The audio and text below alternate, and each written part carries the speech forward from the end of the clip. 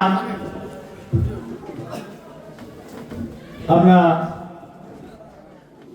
এই পর্যন্ত জনাব মাওলানা আমানুল্লাহ সাহেবের থেকে জনাব গুরুত্বপূর্ণ আলোচনা আমরা শুনলাম। আমাদের জলসার প্রধান বক্তা আমার পিছনে উপস্থিত আছে, তার কাছে মাইক্রোফোন তুলে দেওয়ার আগে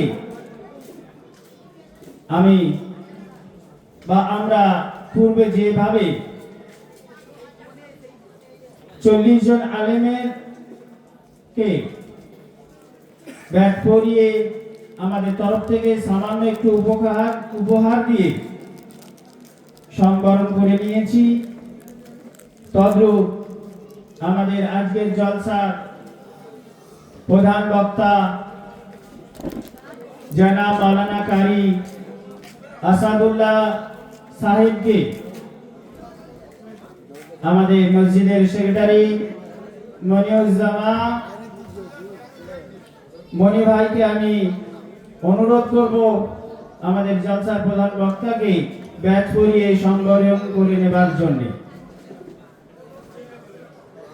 আমরা শেষের দিকে এগিয়ে আসছি। আমাদের প্রধান বক্তার থেকে আমরা দিন সম্পর্কে গুরুত্বপূর্ণ আলাপ আলোচনা শুনব এবং তারা থেকে আমরা সকলে শেষ দোয়া নিয়ে আমরা সকলে বাড়ির দিকে রওনা হব ইনশাআল্লাহ।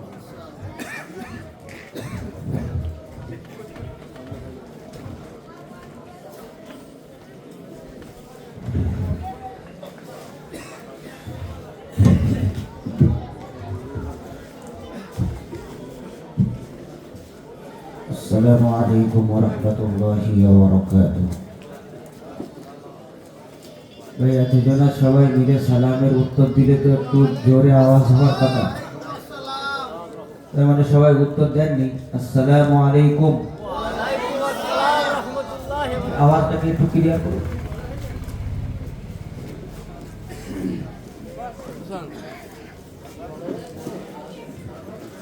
যে সমস্ত ভাইয়েরা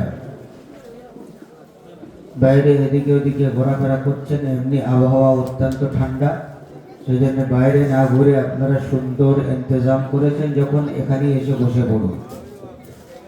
খুব লম্বা সময় আলোচনা করা আপনাদের জন্য কষ্টের হবে, আমার জন্য কষ্টের হবে, সেই জন্য বিক্ষিপ্ত কিছু কথা আলোচনা করে দোয়ার মাধ্যমে ইনশাআল্লাহ অনুষ্ঠানের সমাপ্তি করা হবে। কিন্তু তার আগে আপনাদেরকে আমি আবারও একবার এই মজলিস প্রাঙ্গণে আহ্বান করব যে আপনারা যারাই এদিকে ওদিকে আছেন, মেহেরবানি করে অনুষ্ঠান মঞ্চে এসে উপস্থিত হন।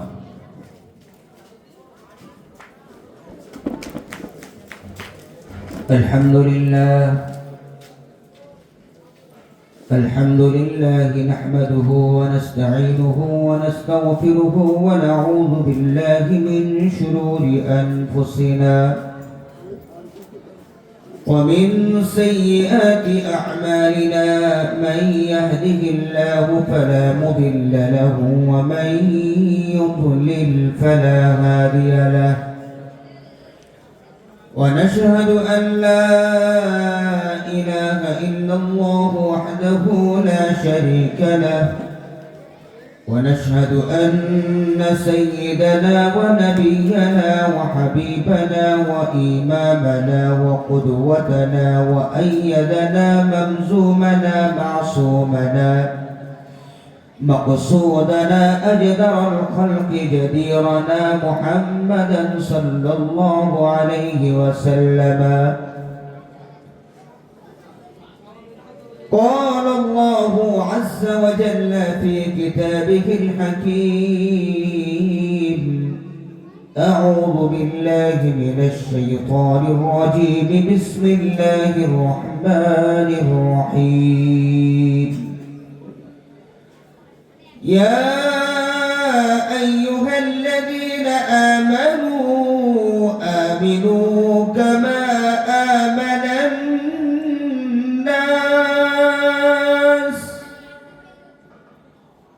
وقال الله تبارك وتعالى في موضع آخر قل أتعلمون الله بدينكم والله يعلم ما في السماوات وما في الأرض والله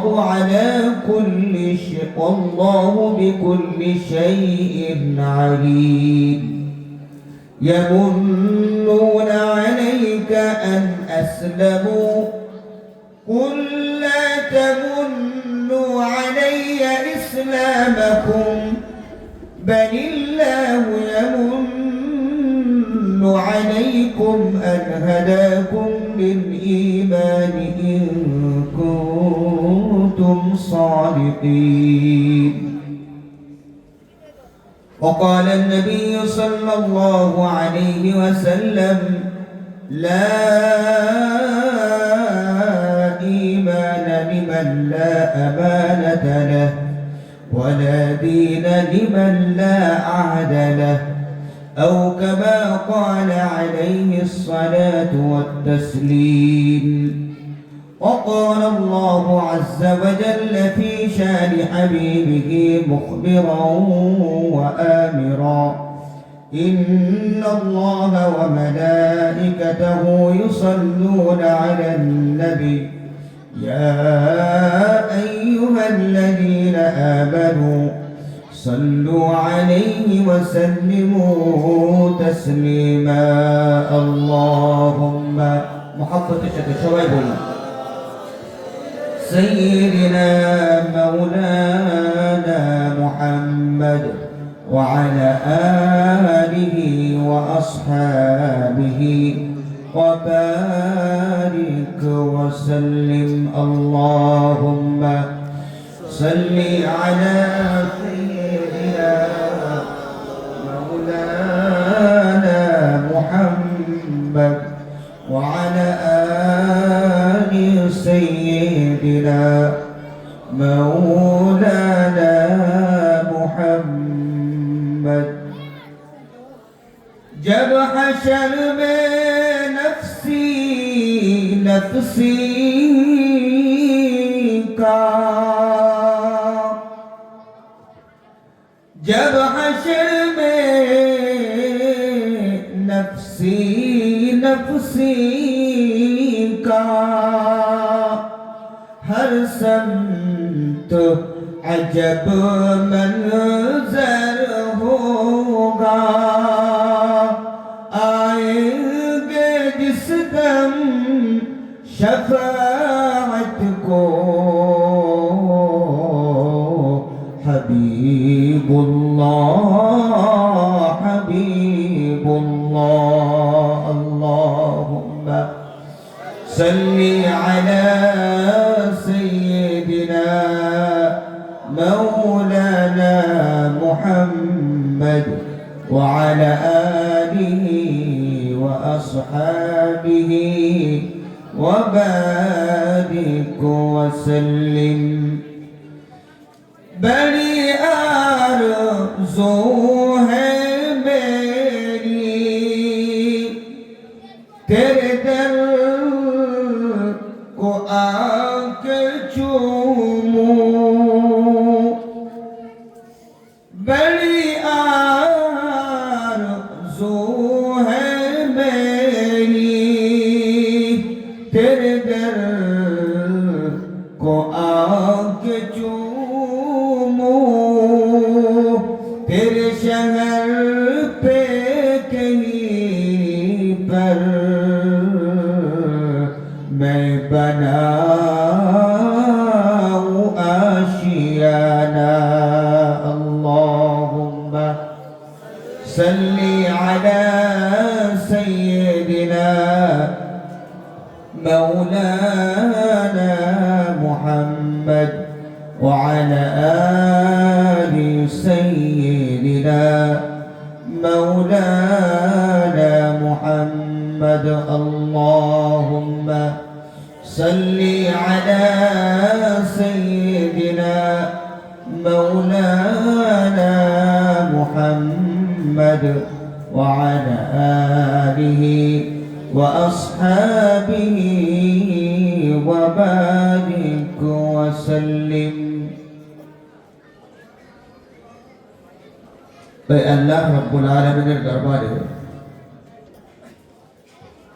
লক্ষ কোটি শুকরিয়া, যিনি কিনা অত্যন্ত ভালোবেসে আমাদের মতন কিছু হতভাগা গুনাহগারকে দিনী আলোক আলোচনা করার ও শোনার তৌফিক দিয়ে এখানে একত্রিত হওয়ার তৌফিক দিলেন, সেই জন্য সবাই বলি আলহামদুলিল্লাহ। সাথে সাথে বর্ষিত হোক লক্ষ কোটি দরুদ ও সালাম দো জাহানের বাদশাহ হুজুর আকদাস সাল্লাল্লাহু আলাইহি ওয়াসাল্লামের প্রতি। আবার একবার সবাই বলি সাল্লাল্লাহু আলাইহি ওয়াসাল্লাম। তারপরে সালাম, শুভেচ্ছা এবং সম্মান জ্ঞাপন করব আজকের এই জলসার স্বনামধন্য সভাপতি মহাশয়কে, শ্রদ্ধেয় ইমাম সাহেবকে এবং আমন্ত্রিত ওলামায়ে কেরামদেরকে।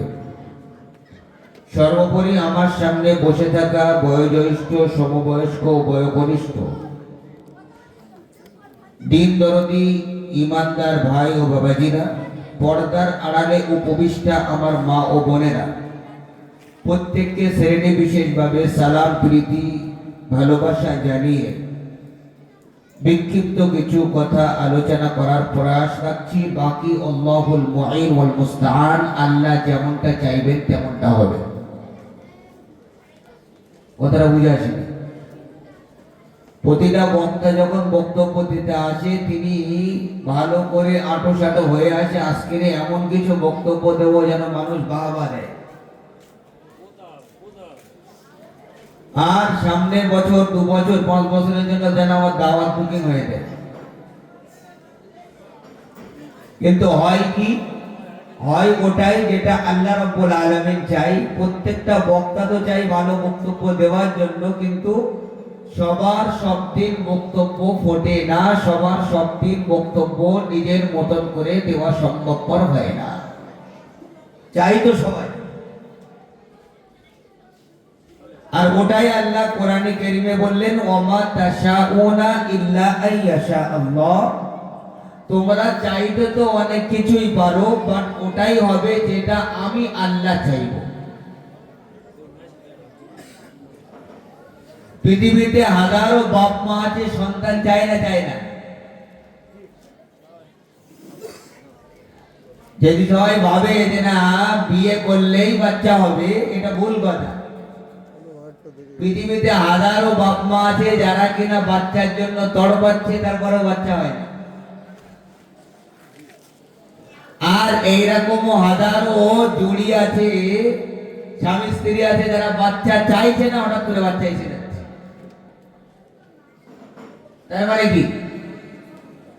ওমা তাশাউনা ইল্লা আইয়াশা আল্লাহ। তুমি যেটা চাইবে সেটাই হবে, এটা জরুরি না, বরং আমি আল্লাহ যেটা চাইবো সেটাই হবে। পৃথিবীতে তো হাজারো বাপ মা আছে, কেউ চাইছে যে আমার ছেলে হোক, আবার কেউ চাইছে আমার মেয়ে হোক, কেউ চাইছে আমার ছেলে মেয়ে দুটোই হোক। চাই না, চাই না। আল্লাহ নিজে কোরআনে কারীমে বলছেন, ইয়াহাবু লিমান ইয়াশাউ ইনাসা ওয়া ইয়াহাবু লিমান ইয়াশাউ যুকুর। আমি যাকে চাইবো শুধু মেয়ে দেব, আর যাকে চাইবো শুধু ছেলে দেব। আও বিযাববিজুহুম যুকরানা ওয়া ইনাসা। আবার যাকে চাইবো ছেলে মেয়ে দুটোই দেব। ওমাই ইয়াজআলু ওয়া ইয়াজআলু মান ইয়াশাউ আকিমা। আর যার ব্যাপারে চাইবো একটাও বাচ্চা দেব না, তো তাকে আমি বেজো করে রেখে দেব। ফয়সালা কার? আল্লাহ। পৃথিবীতে হাজারো মানুষ আছে চাইছে কোটি কোটি টাকার সম্পত্তি হোক, কিন্তু আল্লাহ কি বললেন? ওমা তাশাউনা ইল্লা আইয়াশা আল্লাহ। তুমি চাইলেই যে কোটি টাকার মালিক হবে তা না। আমি যদি চাই তাহলে সম্ভব। তুমি সই করতে পারো আর না পারো, সারা জীবন টিপ দিয়ে কাটিয়ে দিলে সেই কয়েক কোটি টাকার আরব কোটি টাকার মালিক। আর যে খুব সুন্দর সিগনেচার করতে পারে তার পকেটে 100 টাকাও নেই। কেন? ওই ওমা তাশাউনা ইল্লা আইয়াশা আল্লাহ, তুমি চাইলেই কোনো কিছু হবে না, আমি আল্লাহ চাইলে হবে, আমি না চাইলে কোনো কিছুই হয় না। প্রতিটা বক্তাই চাই যে ভালো বক্তব্য দেব, কিন্তু আমি চাইলেই সম্ভব না, বরং আল্লাহ যদি চাই তাহলে পরে তিনি ভালো কিছু বলিয়ে নেবেন, আর আল্লাহ যদি না চাই তাহলে পরে আমার কিছু করার ক্ষমতা নেই আর আপনাদের কিছু করার ক্ষমতা নেই। এখন দোয়া করতে হবে যেন আল্লাহ রাব্বুল আলামিন আমাদের এই অনুষ্ঠানকে, আমাদের এই আয়োজনকে, আমাদের এখানে আসাকে, আমাদের এখানে বসাকে আমাদের হেদায়েতের কারণ বানিয়ে দেন। সবাই বলি আল্লাহুম্মা আমিন। হেদায়েত দেনেওয়ালা কে? আমি, নবী, কোরআন, ইসলাম, কোন পীর সাহেব, কোন গৌস, কুতুব, আবদাল, সাহাবা, তাবিঈন, তাবে তাবিঈন, কারুর হেদায়েত দেওয়ার ক্ষমতা আছে? হুজুর এখানে আছে। আমাদের প্রতিটা বক্তা বক্তব্য দেওয়ার আগে একটা খুতবা পড়ে না? প্রথমেই একটা খুতবা বললাম তো, নাহমাদুহু ওয়া নাস্তাঈনুহু ওয়া নাস্তাগফিরুহু ওয়া নাউযু বিল্লাহি মিন শুরুরি আনফুসিনা ওয়া মিন সাইয়্যাতি আ'মালিনা। মান ইয়াহদিহিল্লাহু ফালা মুদিল্লা লাহু ওয়া মান ইউদ্লিল ফালা হাদিয়া লাহু। এই মান ইয়াহদিহিল্লাহু ফালা মুদিল্লা লাহু ওয়া মান ইউদ্লিল ফালা হাদিয়া লাহু। প্রতিটা বক্তা যখন বক্তব্য দিতে আসে তখন খুতবার প্রথমেই এই শব্দগুলো বলে, যার অর্থ হলো মাইয়াহদিহিল্লাহু ফালা মুদিল্লা লাহু, যাকে আল্লাহ হেদায়েত দেবে তাকে পৃথিবীর সমস্ত শক্তি মিলিয়ে যদি গুমরাহ করার চেষ্টা করে তারপরেও তাকে গুমরাহ করতে পারবে না।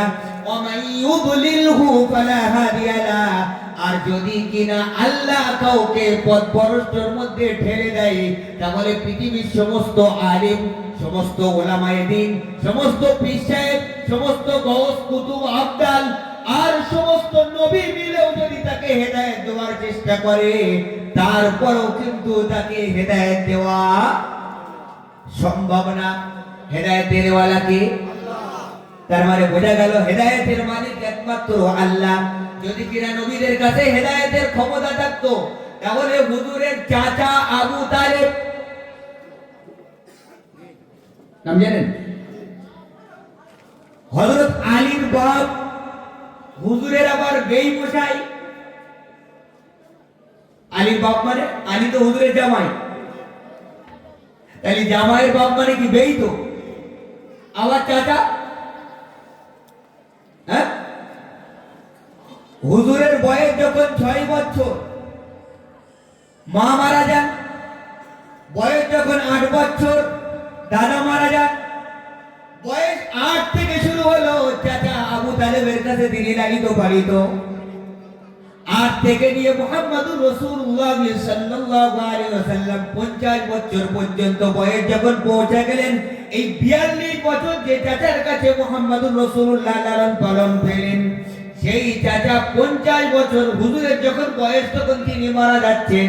মারা যাওয়ার কাছাকাছি অবস্থায় মৃত্যু শয্যায় পড়ে আছেন। হুজুরে করিম সাল্লাল্লাহু আলাইহি ওয়াসাল্লাম চাচার কাছে গেলেন, চাচাজি একবার তুমি কলেমাটা পড়ে নাও, তুমি কলেমা পড়ে নিলে পরে আল্লাহর কাছে তোমার হয়ে যা সওয়াল জবাব করার আমি করে নেব। সারা জীবন তো তুই মারনি, এই লাস্ট বারে একবার তুমি কলেমাটা পড়ো, তারপর আল্লাহর কাছে যা বলার আমি রাখবো। মুহাম্মদুর রাসূলুল্লাহ সাল্লাল্লাহু আলাইহি ওয়াসাল্লাম হুজুরকে বারবার এরকম ভাবে তোষামত করেন আর একবার করে অনুনয় বিনয় করেন। ওদিক থেকে মক্কার কাফেররা, যত বড় বড় লিডার আছে সবাই এসে, যেহেতু আবু তালেব মৃত্যু শয্যায়, এই সময় আবু তালেবের পাশে গিয়ে একটু দাঁড়ায়, আবু তালেবের পিছনে দাঁড়িয়ে, আর ওদিক থেকে মুহাম্মদুর রাসূলুল্লাহ সাল্লাল্লাহু আলাইহি ওয়াসাল্লাম চাচাকে বোঝাচ্ছেন, চাচা এই 42টা বছর আপনি আমার দেখভাল করেছেন, এত ভালোবাসতেন যে মুহাম্মদুর রাসূলুল্লাহ যখন বাড়ির বাইরে থাকতেন, আবু তালেব 42 বছরে কখনো মুহাম্মদকে বাইরে রেখে এক লোকমা খানা পর্যন্ত খায়নি, এতটাই ভালোবাসত। সেই চাচা মারা যাওয়া মাত্রই জাহান্নামে চলে যাবে, হুজুর এটা মেনে নিতে পারছেন?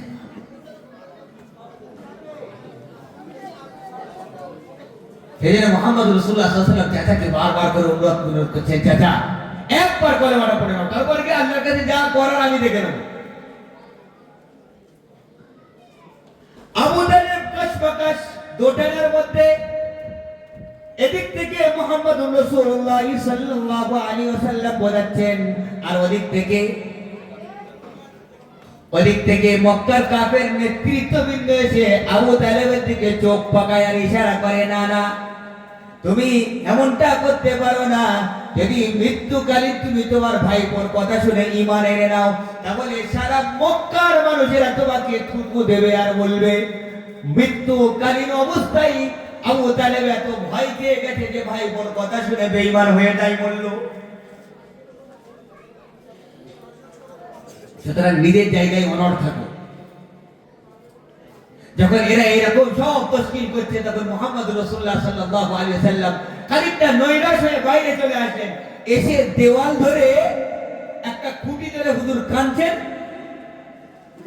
আর আল্লাহ আয়াত অবতীর্ণ করলেন কি, এই জিবরাইল এক্ষুনি যাও, গিয়ে মুহাম্মদ রাসূলুল্লাহ সাল্লাল্লাহু আলাইহি ওয়াসাল্লামকে বলো, গিয়ে বলো, কি বলবো, মুহাম্মদুর রাসূলুল্লাহ সাল্লাল্লাহু আলাইহি ওয়াসাল্লামের কাছে জিবরাইল এসে উপস্থিত, এসে বললেন, ওগো মুহাম্মদুর রাসূলুল্লাহ সাল্লাল্লাহু আলাইহি ওয়াসাল্লাম, আপনি হয়তো চাইছেন যে আপনার চাচাকে মুসলমান বানাতে, আপনার চাচাকে ঈমানের ছায়াতলে আনতে, কিন্তু না না, সেটা সম্ভব না। ইন্নাকা লা তাহদি মান আহবাবতা ওয়ালাকিন আল্লাহ ইয়াহদি মান ইয়াশা।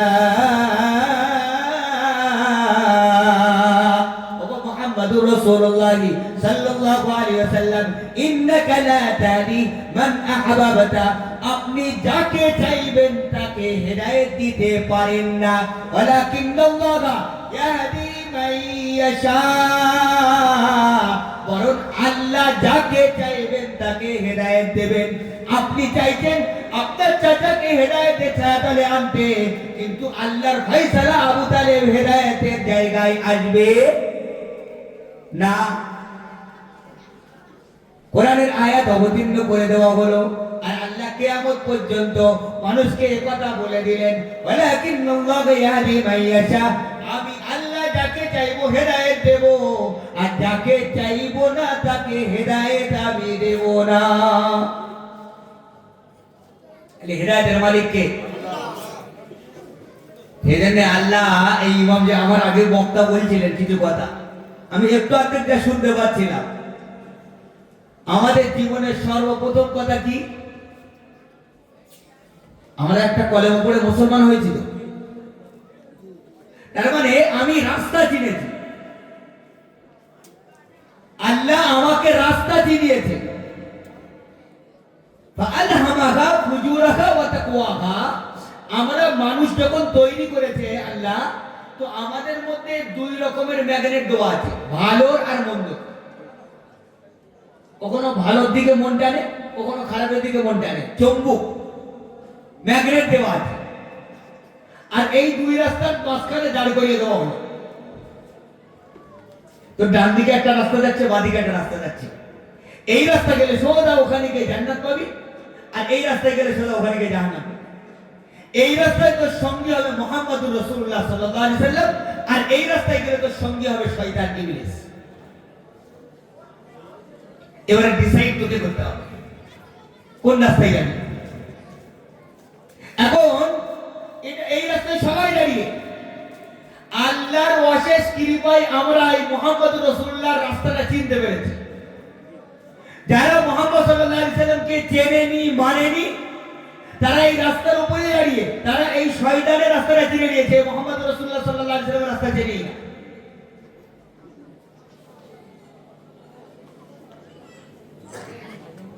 এবারে এই জায়গাটা দাঁড় করিয়ে দিয়ে আমি যেই এই রাস্তায় যাচ্ছি, রাস্তায় যেই আসার পরে শয়তান এবারে কি করলো, যে না, এ তো রাস্তা যখন বেছে নিল এইটাই, আমার কথা কিন্তু খুব মনোযোগ দিয়ে শুনবেন, তাহলে কিন্তু লাস্ট পর্যন্ত আপনি বুঝতে পারবেন। যেই আমি এই রাস্তা দিয়ে চললাম, শয়তান এই রাস্তায় তো ছিল। যারা এই রাস্তায় এসে গেছে, শয়তান আর ওর পিছনে আলাদা করে আর মেহনত করে না। মেহনত করে লাভ কি? ও তো আমার দলের লোক। কথা বুঝেছি? তাফসীরের মধ্যে এসেছে শয়তান একদিন ফেরাউনের কাছে গিয়ে উপস্থিত, ফেরাউন আমি তো বড় শয়তান, কিন্তু তুই ফেরাউন আমার থেকে বড় শয়তান। ফেরাউন বলল, সেটা কি করে সম্ভব? আমি তো শয়তান বটে, কিন্তু তুই ইবলিস, আল্লাহর পক্ষ থেকে ইন্নাকা রাজিম, আল্লাহ তোকে বিতাড়িত করে জান্নাত থেকে তাড়িয়ে দিয়েছে। আমি তোর থেকে বড় শয়তান কি করে হলাম? তখন শয়তান বলল, আমি শয়তান হতে পারি, কিন্তু আল্লাহর দাবি কখনো করিনি। তুই এত বড় শয়তান যে তুই নিজেকে প্রভু বলে দাবি করেছিস। তাহলে কে বড়? কে বড় শয়তান? ফেরাউন বড় শয়তান। সেদিন যে নিজে বড় শয়তান হয়ে গেছে, শয়তান আর ওর পিছনে মেহনত করে না। যারা শয়তানের রাস্তায় চলে গেছে, শয়তান তাদের পিছনে মেহনত করে না। মেহনত কার পিছনে? সেদিন হাদিসের মধ্যে এসেছে, প্রত্যেক দিন সন্ধ্যেবেলায় শয়তান নিজের সাঙ্গ পাঙ্গ চেলা চ্যামটা সবাইকে নিয়ে বসে, বসে কাজ ভাগ করে দেয়। কালকে কোথায় যাবি? ওই এই জায়গাটার নাম কি? হায়াতনগরে। হায়াতনগরের মসজিদের বাইরে এখানে গিয়ে ক্লাবের ওখানে 10 জনা থাকবি, অমুক জায়গায় 10 জনা থাকবি, অমুক জায়গায় 10 জনা থাকবি, মসজিদের গেটের কাছে 10 জনা থাকবি, মসজিদে যেখান থেকে সবাই গেটের কাছে ঢোকে নামাজের জন্য ওই জায়গাটাই, মহিলাদের ওখানে থাকবি 10 জনা, ওখানে 10 জনা। কেন? যেন কিনা এরা কোন প্রকারের আল্লাহ এবং আল্লাহর রাসূলের রাস্তায় চলতে না পারে। ওরা রাস্তা চিনে গেছে, কিন্তু ওই রাস্তার সন্ধান নিয়ে ওরা ডাইরেক্ট জান্নাতে পৌঁছে যাবে। সুতরাং তোদের কাজ হবে এই রাস্তায় বিভিন্ন মোড়ে মোড়ে মোড়ে মোড়ে দাঁড়িয়ে থাকা, সুযোগ পেলেই এদের হাতটা ধরে টেনে আনবে। আর যারা শয়তানের রাস্তায় চলে গেছে, ওর পিছনে মেহনত করে লাভ নেই, ও তো আবার দলের লোক। সেদিন শয়তান মেহনত করে কাদের পিছনে? ঈমানদারদের পিছনে। আপনি লক্ষ্য রাখবেন, বেশিরভাগ মাদ্রাসা ছেলে মিলেরা বহুত বদমাইশ হয়। আমাদের সমাজে একটা কথা রেখেছে, মাদ্রাসা ছেলেরা বহুত বদমাইশ। কেন বদমাইশ জানেন? শয়তান এদের পিছনে 24 ঘন্টা পড়ে আছে। কেন? একজন যদি আলিম হয়ে যায়, তো সাধারণ 1000 মানুষ যত না শক্ত শয়তানের কাছে, একজন আলিম তার থেকে বেশি শক্ত শয়তানের কাছে। এটা আমি বলছি না, হাদিস বলছে, ফাকিহুন ওয়াহিদ আশাদ্দু আলা শাইতান মিন আলফি আবিদ। বিশ্বনবী সাল্লাল্লাহু আলাইহি সাল্লাম বলছেন, একজন আলিম আর 1000 সাধারণ ইবাদতকারী, এই সাধারণ ইবাদতকারী 1000 জনকে, আর এদিক থেকে একজন আলিমের, এই দুজনের মোকাবেলায় শয়তানের কাছে একজন আলিম বেশি ভারী। আর এই 1000 সাধারণ মানুষকে মুহূর্তের মধ্যে তুড়ি মেরে গোমরা করে দিতে পারে। কথা বুঝাচ্ছি? এর একটা উদাহরণ দিই। ইমামে গাজ্জালি রাহমাতুল্লাহ আলাইহির নাম শুনেছেন? বিখ্যাত দার্শনিক, একজন আলিম ছিলেন।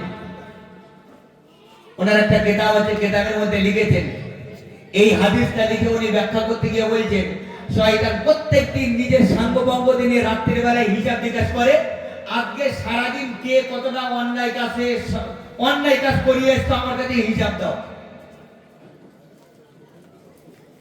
সবাই আমি দুই স্বামী স্ত্রীর মাঝখানে দ্বন্দ্ব বাঁধিয়ে দিয়ে তালাক করিয়ে দিয়ে এসেছি।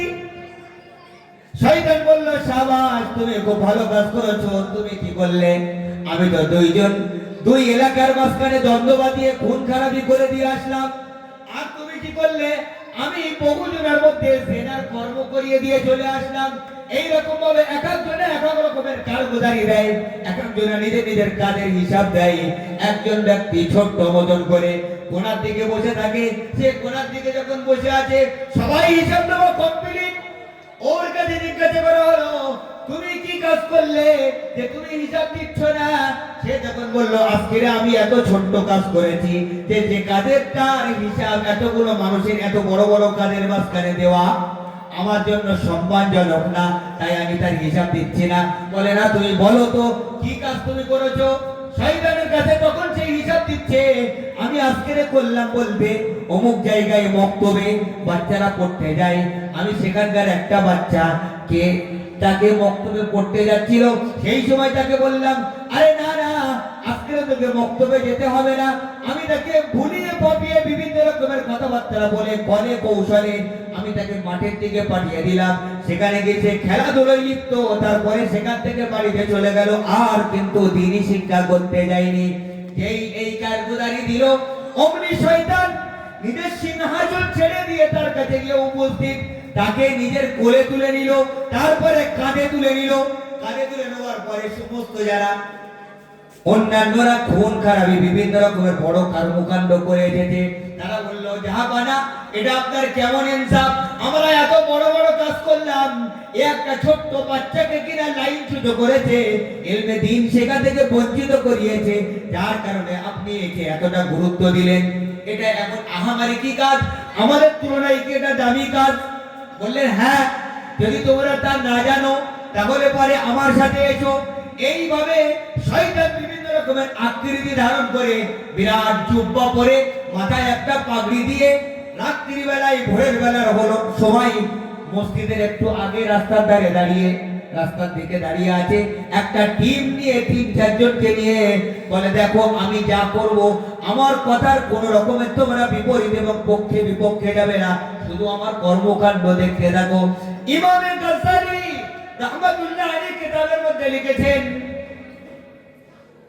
হঠাৎ করে রাত ৩টের সময়, ৩:৩০ সময় হাজী সাহেব এত বড় জুব্বা পরে, মাথায় টুপি দিয়ে, রুমাল মুড়ি দিয়ে আস্তে আস্তে মসজিদের দিকে আসছেন। কেন? যাবো গিয়ে এখন ওযু করব, আমি তারপরে তাহাজ্জুদ নামাজ আদায় করব, আর তারপরে গিয়ে কোরআন কারীম নিয়ে বসবো। কোরআন পড়তে পড়তে পড়তে মুয়াজ্জিন সাহেব আযান দেবে, তারপরে সুন্নত পড়বো, ফজরের নামাজ পড়বো, তারপরে তাসবিহ পড়বো, তারপরে ইশরাকের ওয়াক্ত হবে, ইশরাকের নামাজ আদায় করে তারপরে গিয়ে বাড়ি যাব, গিয়ে একটু আরাম করব, তারপরে নিজের কাজে যাব। এই চিন্তা ভাবনা নিয়ে হাজী সাহেব যখন তাহাজ্জুদের সময় মসজিদে যাচ্ছিল, শয়তান হোমিওপ্যাথিক যেমন শিশির হয় এইরকম একটা শিশির বা বোতল নিয়েছে। শয়তান সেই হাজী সাহেবের সামনে বোতলটা ধরলো, ধরে বলছে, হাজী সাহেব, আমরা এই কয়েকজন মানুষ রাত্রি বেলায় বিরাট তর্ক বিতর্ক হলো, সেই তর্ক বিতর্কর সমাধানটা করতে পেরে আপনার কাছে এসেছি। কি ব্যাপার? আপনাদের একটা মশলা, একটা বিষয় আমরা যে নিয়ে নিজেদের মধ্যে তর্ক বিতর্ক করছিলাম, সেইটার সমাধান নেওয়ার জন্য আপনার কাছে আসা। বলে, কি সমাধান, কি বিষয়? বলে, এই যে ছোট্ট শিশিরটা আপনি দেখছেন, হাজী সাহেব, আমাদের মধ্যে তর্ক বিতর্ক হলো, একদল বলতে চাইছে এই শিশিরের মধ্যে আল্লাহ, জমিন, আসমান, আর সপ্তম আসমান, সপ্তম জমিন, যা কিছু পৃথিবীতে আছে, এই সব কিছু এই শিশিরের মধ্যে ঢোকাতে পারবে না, পারবে না? একদল বলছে হ্যাঁ পারবে, আর আরেকদল বলছে পারবে না। এই নিয়ে তর্ক বিতর্ক হওয়ায় আমরা যখন কোনো সমাধান খুঁজে পাইনি, আপনার কাছে এসেছি। আপনি হাজী সাহেব মানুষ, মক্কা থেকে ঘুরে এসেছেন, হুজুরের রওজা থেকে সালাম পড়ে এসেছেন, যদি কিনা একটু এর সমাধান দিতেন। তখন হাজী সাহেব বললেন, আরে পাগল, তোমরা এত বড় বেওকুফ, এই ছোট্ট শিশিরের মধ্যে এই বিরাট জমিন, বিরাট আসমান, আর এই পৃথিবীতে যা কিছু আছে, এই ছোট্ট শিশিরের মধ্যে ঢোকাঢুকি কোনোদিন সম্ভব? সম্ভব? এত কমন জিনিসকে নিয়ে তোমরা তর্ক বিতর্ক করে এখানে আসার কি দরকার ছিল? না না, এটা সম্ভব না, যাও তোমরা।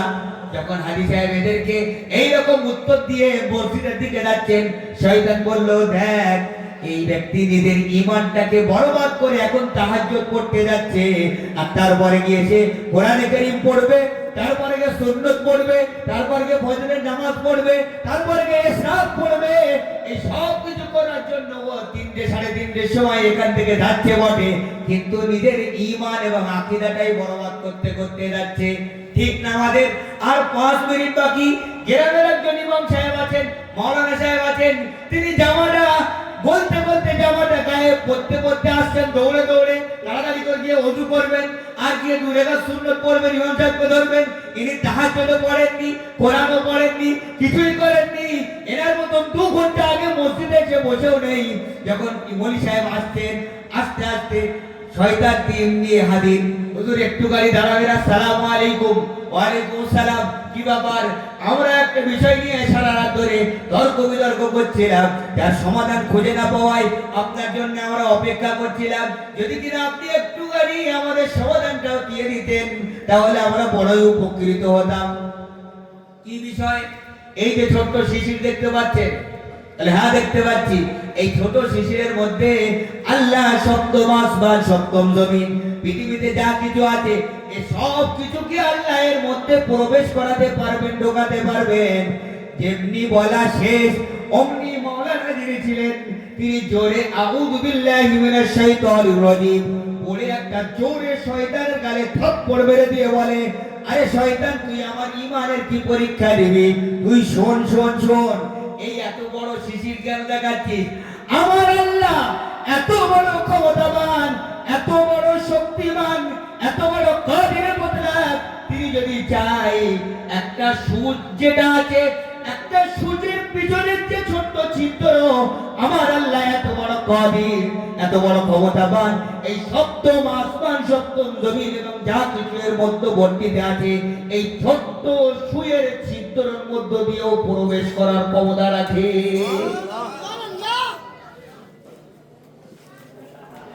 একজন ব্যক্তি আসলো শেষ টাইমে নামাজ পড়বে বলে, কিন্তু নিজের ঈমান বাঁচিয়ে নিয়ে আসলো। আর আরেকজন ব্যক্তি 2 ঘন্টা আগে আসলো, কিন্তু নিজের ঈমান বরবাদ করে আসলো। লাভ কোনটা? যে শেষে এলো ঈমান বাঁচিয়ে নিয়ে এলো। আর যিনি আগে এসেছে বটে, কিন্তু ঈমান বরবাদ করে এসেছে। বন্ধু আমার, আমি এই যে কথা বলতে চাইছিলাম, আমরা সবাই কিন্তু কলেমা পড়েছি, কলেমা পড়ে পরিচয় পেয়েছি।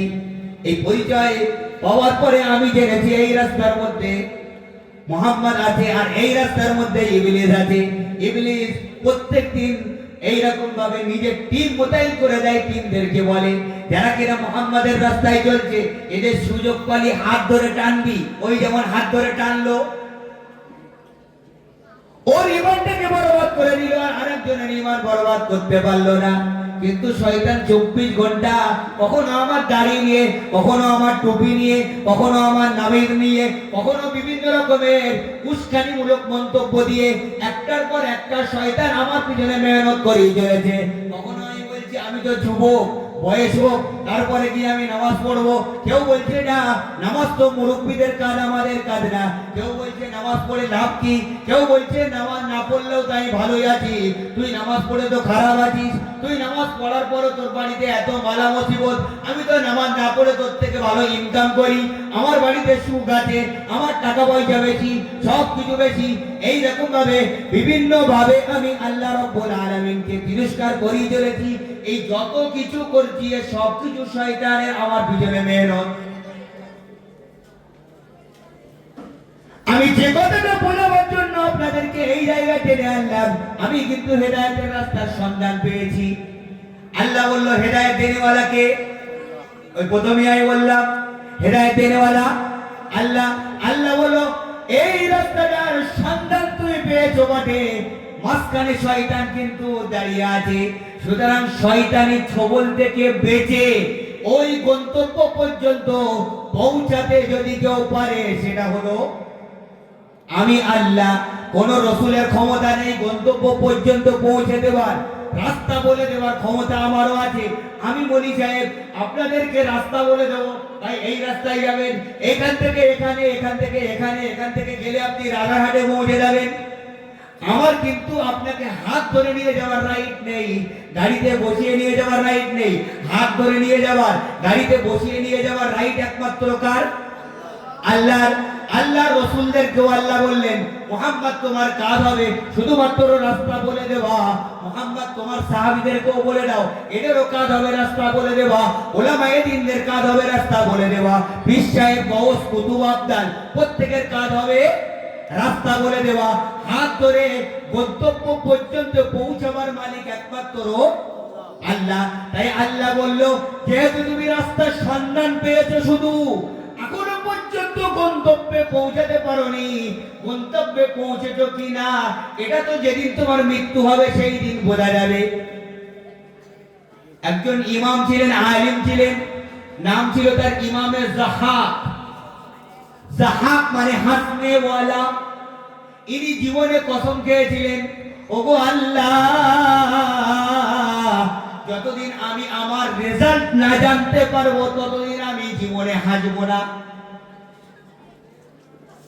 আমি যদি জানতে পারি যে আমি নেককার সেই দিন হাসবো, আর যতদিন আমার রেজাল্ট না জানতে পারছি আমি জীবনে হাসবো না। কোনোদিন হাসেননি। যেদিন মারা গেছেন সেই দিন তিনি মুচকে হাসছেন। সেই দিন থেকে তার নাম হয়ে গেল ইমামে যাহাক। এমন একজন আল্লাহর ওলি তিনি মরার পরে গিয়ে হেসেছেন। তাহলে আমি যতক্ষণ না গন্তব্য মরছি ততক্ষণ পর্যন্ত আমার গন্তব্যে আমি পৌঁছেছি।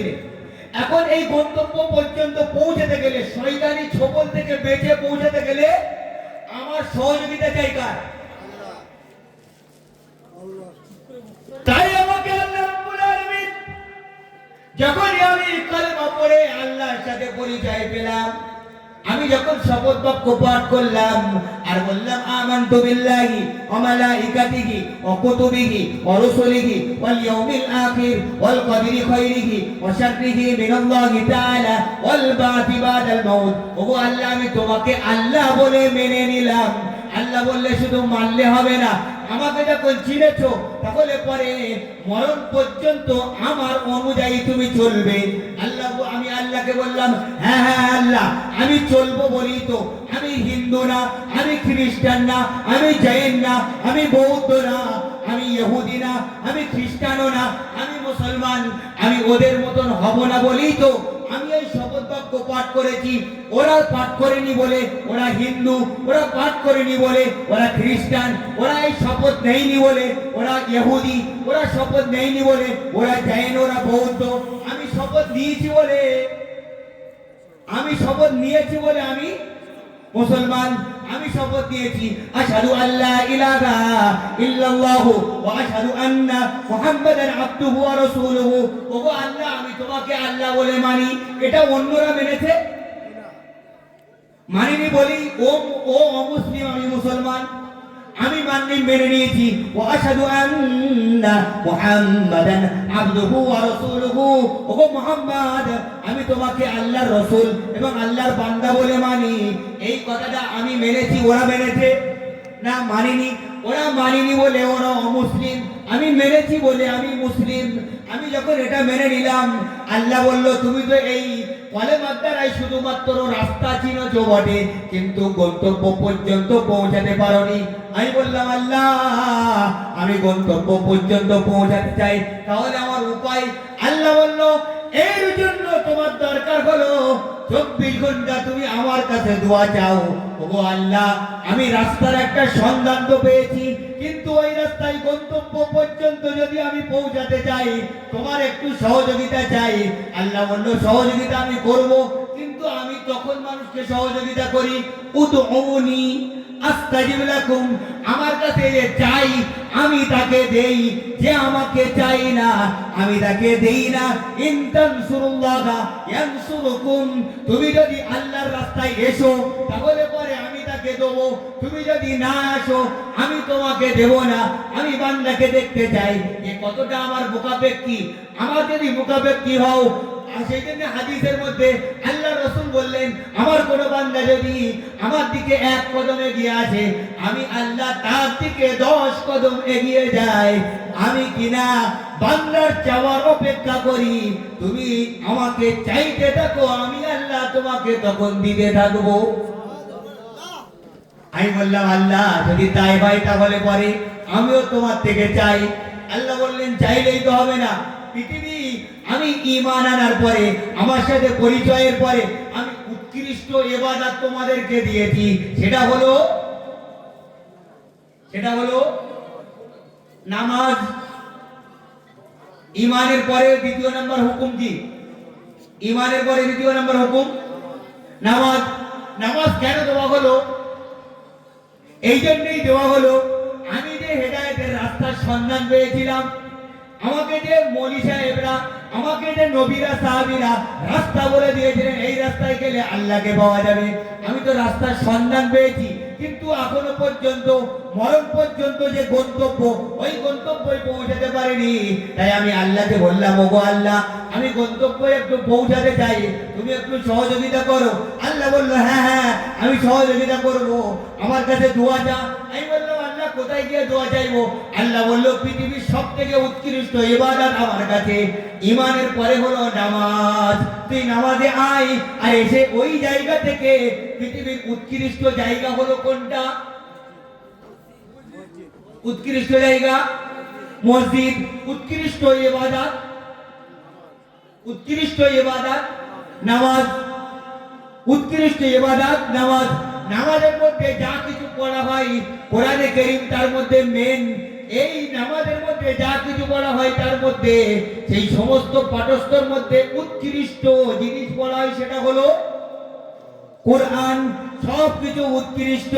আমি ওখানে গেলাম, ওখানে যাওয়ার পরে আল্লাহ বলল, উৎকৃষ্ট ইবাদতে যখন দাঁড়িয়েছো আর তুমি এসেছো আমার কাছে কিছু চাইতে। আমি বললাম, হ্যাঁ হ্যাঁ। আল্লাহ বলল, এবারে তুমি আমার কাছে চাও, কি চাইবে? আল্লাহ বলল, আমি আল্লাহকে বললাম। আল্লাহ বলল, হ্যাঁ হ্যাঁ আমি তোমাকে, তোমার যেটা দরকার সেটা তোমাকে বলে দেব। সুতরাং তুমি আমার কাছে নামাজের মধ্যে দাঁড়িয়েই বলো, আলহামদুলিল্লাহ রাব্বিল আলামিন। আমি বললাম, আলহামদুলিল্লাহ রাব্বিল আলামিন অর্থ হলো সমস্ত প্রশংসা ওগো আল্লাহ তোমার জন্য, কেননা তুমি সমস্ত জগতের লালন পালনকারী। সমস্ত জগৎ, এই দুনিয়াটা যেমন একটা জগৎ, দুনিয়া থেকে যাবার পরে কবরের জগৎ তার একটা জগৎ, আমরা দুনিয়াতে আসার আগে রূহের জগৎটা ছিল আর একটা জগৎ, কিয়ামতের দিন আবার একটা, আখিরাতের জগৎটা আর একটা জগৎ। এইরকম ভাবে পৃথিবীতে লক্ষ কোটি গ্রহ আছে। এই এখন বিজ্ঞান বলছে কোটি কোটি গ্রহ আছে। এই যত গ্রহ আছে, যত দুনিয়ার মতন গ্রহ আছে, এই সমস্ত গ্রহের দেখভাল করনেওয়ালা, লালন পালনকারী কে? আল্লাহ। তাই আমি নামাজের মধ্যে দাঁড়িয়ে বললাম, আলহামদুলিল্লাহ রাব্বিল আলামিন। ওগো আল্লাহ, তুমি কিনা সমস্ত জগতের লালন পালনকারী, তাই তোমার প্রশংসা করছি। আমি প্রশংসা করার পরে আমি বললাম, আল্লাহ শুধু তোমার ওই একটা গুণ না, আরো একটা গুণ আছে। কি গুণ? আর রহমান। আল্লাহ তুমি না অত্যন্ত দয়াবান, আর এরপরই আর রহিম মানে দয়াবান, দুটো একই হয়ে গেল না? রহমান মানে অতীব দয়াবান, রহিম মানে দয়াবান। অতীব দয়াবান আর দয়াবান এক এক না। আল্লাহ বলেন এখানে পার্থক্য আছে। আল্লাহ দুনিয়াবি ক্ষেত্রে রহমান, আর আখিরাতের দিক দিয়ে লক্ষ্য করে রহিম। আল্লাহ অতীব দয়াবান। অতীব দয়া মানে যার অনেক দয়া, তাকে বলা হয় রহমান। আর এমনি শুধু দয়া, একে বলা হয় রহিম। এখন আল্লাহ বলছে আমি দুনিয়াতে অতীব দয়াবান। অতীব দয়া মানে অতি দয়া দেখাই। সেই জন্য আল্লাহর এই পৃথিবীর যত নিয়ামত, এই নিয়ামত আল্লাহ শুধুমাত্র কি ঈমানদারদের দিচ্ছে না বেঈমানদেরও দিচ্ছে? সবাই তো দিচ্ছে। আমি আল্লাহকে বললাম, আল্লাহ তুমি নাকি রহমান? আল্লাহ বললেন, হ্যাঁ হ্যাঁ আমি রহমান। আমার না অতি দয়া। অতি দয়ার কারণে যে আমার ভিতর, আমার কাছে নামাজ পড়ে, যে আমাকে মানে আমি তাকেও দেই, যে আমাকে মানে না তাকেও দেই, যে আমার সামনে সেজদা করে আমি তাকেও দেই, যে আমার সামনে সেজদা করে না তাকেও দেই, যে আমাকে গালাগালি দেয় আমি তাকেও দুনিয়া দিই, আর যে আমাকে গালাগালি দেয় না তাকেও দুনিয়া দেই। যে আমাকে মানেই না আমি তাকেও দেই, যে আমাকে মানে তাকেও দেই, যে আমার সামনে আমার জন্য নামাজ পড়ে আমি তাকেও দেই, যে নামাজ পড়ে না তাকেও দেই, যে আমাকে প্রত্যেকদিন গালাগালি দেয়, আমার রসুলকে গালাগালি দেয়, কোরআনকে গালাগালি দেয়, আমি তারপরও দুনিয়ার সব নিয়ামত সবাইকে দিচ্ছি না। সূর্য সবাই পায় না, চাঁদ সবাই পায় না, আসমান থেকে পানি বর্ষণ হয় সবাই পায় না। আল্লাহ এরকম ভাবে ভাগ করেছেন কি যারা আমাকে মানে শুধু তাদের পানি দেব, যারা কিনা মানে না তাদের পানি দেব না, এমনটাকে আল্লাহ করেছেন। আল্লাহ বললেন না, আমার দুনিয়ায় অতি দয়া, যারা মানবে তাকেও দেবো, যারা মানবে না আমি তাদেরকেও দেবো। আমি ঠান্ডা দিয়েছি, ঠান্ডা আর গরম এটাও আল্লাহর নিয়ামত না। যদি আল্লাহ ঠান্ডা গরম না দিত, পৃথিবী নিজের ভারসাম্য হারিয়ে ফেলতো, পৃথিবী যে ব্যালেন্স হয়ে আছে এই ব্যালেন্স হারিয়ে ফেলতো, মানুষ শেষ হয়ে যেত, পৃথিবী বসবাসের উপযোগী হতো না। তাহলে এই ঠান্ডা গরম এটাও আল্লাহর দেওয়া নিয়ামত। এই নিয়ামত আল্লাহকে শুধুমাত্র ঈমানদারদের দিচ্ছেন। যারা কিনা আল্লাহকে, আল্লাহ রসুলকে গালাগালি দিচ্ছে, গত এক সপ্তাহ আগে, এক সপ্তাহ হয়নি, বর্তমানে ভারত পশ্চিম বাংলার একজন এমএলএ অসীম সরকার, সে আল্লাহকে, আল্লাহ রসুলকে, কোরআনকে গালাগালি দিল না? কোরআনের নামে সম্পর্কে বলে দিল কোরআন 27 জন শয়তান মিলে লিখেছে। নাউযুবিল্লাহি মিন যালিক, নাউযুবিল্লাহ বলবেন না? কই আল্লাহ তাকে ধরলো, কলা ধরলো, ও কাল থেকে কি সূর্য পাচ্ছে না, চাঁদ রাত দিন আল্লাহর নিয়ামত, এই জমিনে রেখে দেওয়া পানি ও পাচ্ছে না, মিঠা পানি পাচ্ছে না, একটু যে সবকিছু আল্লাহ দিচ্ছেন। আল্লাহ বললেন না, আমি দুনিয়াতে অতীব দয়াবান, যে মানে আমি তাকেও দেই, যে মানে না আমি তাকেও দেই। কিন্তু এর হিসাবটা কিয়ামতের দিন যখন আসবে তখন কিন্তু পাল্টে যাবে। ওই দিন কিন্তু আমি শুধুমাত্র দয়াবান হব, অতি দয়া দেখাবো না, যে যারা বেঈমান আমি তাদেরকেও দেবো তা কিন্তু হবে না। ওই দিন শুধু আবার দয়া ঈমানদারদের জন্যই হবে, কোন বেঈমানের জন্য আগালাহু ফিল আখিরাতি মিন খালাক।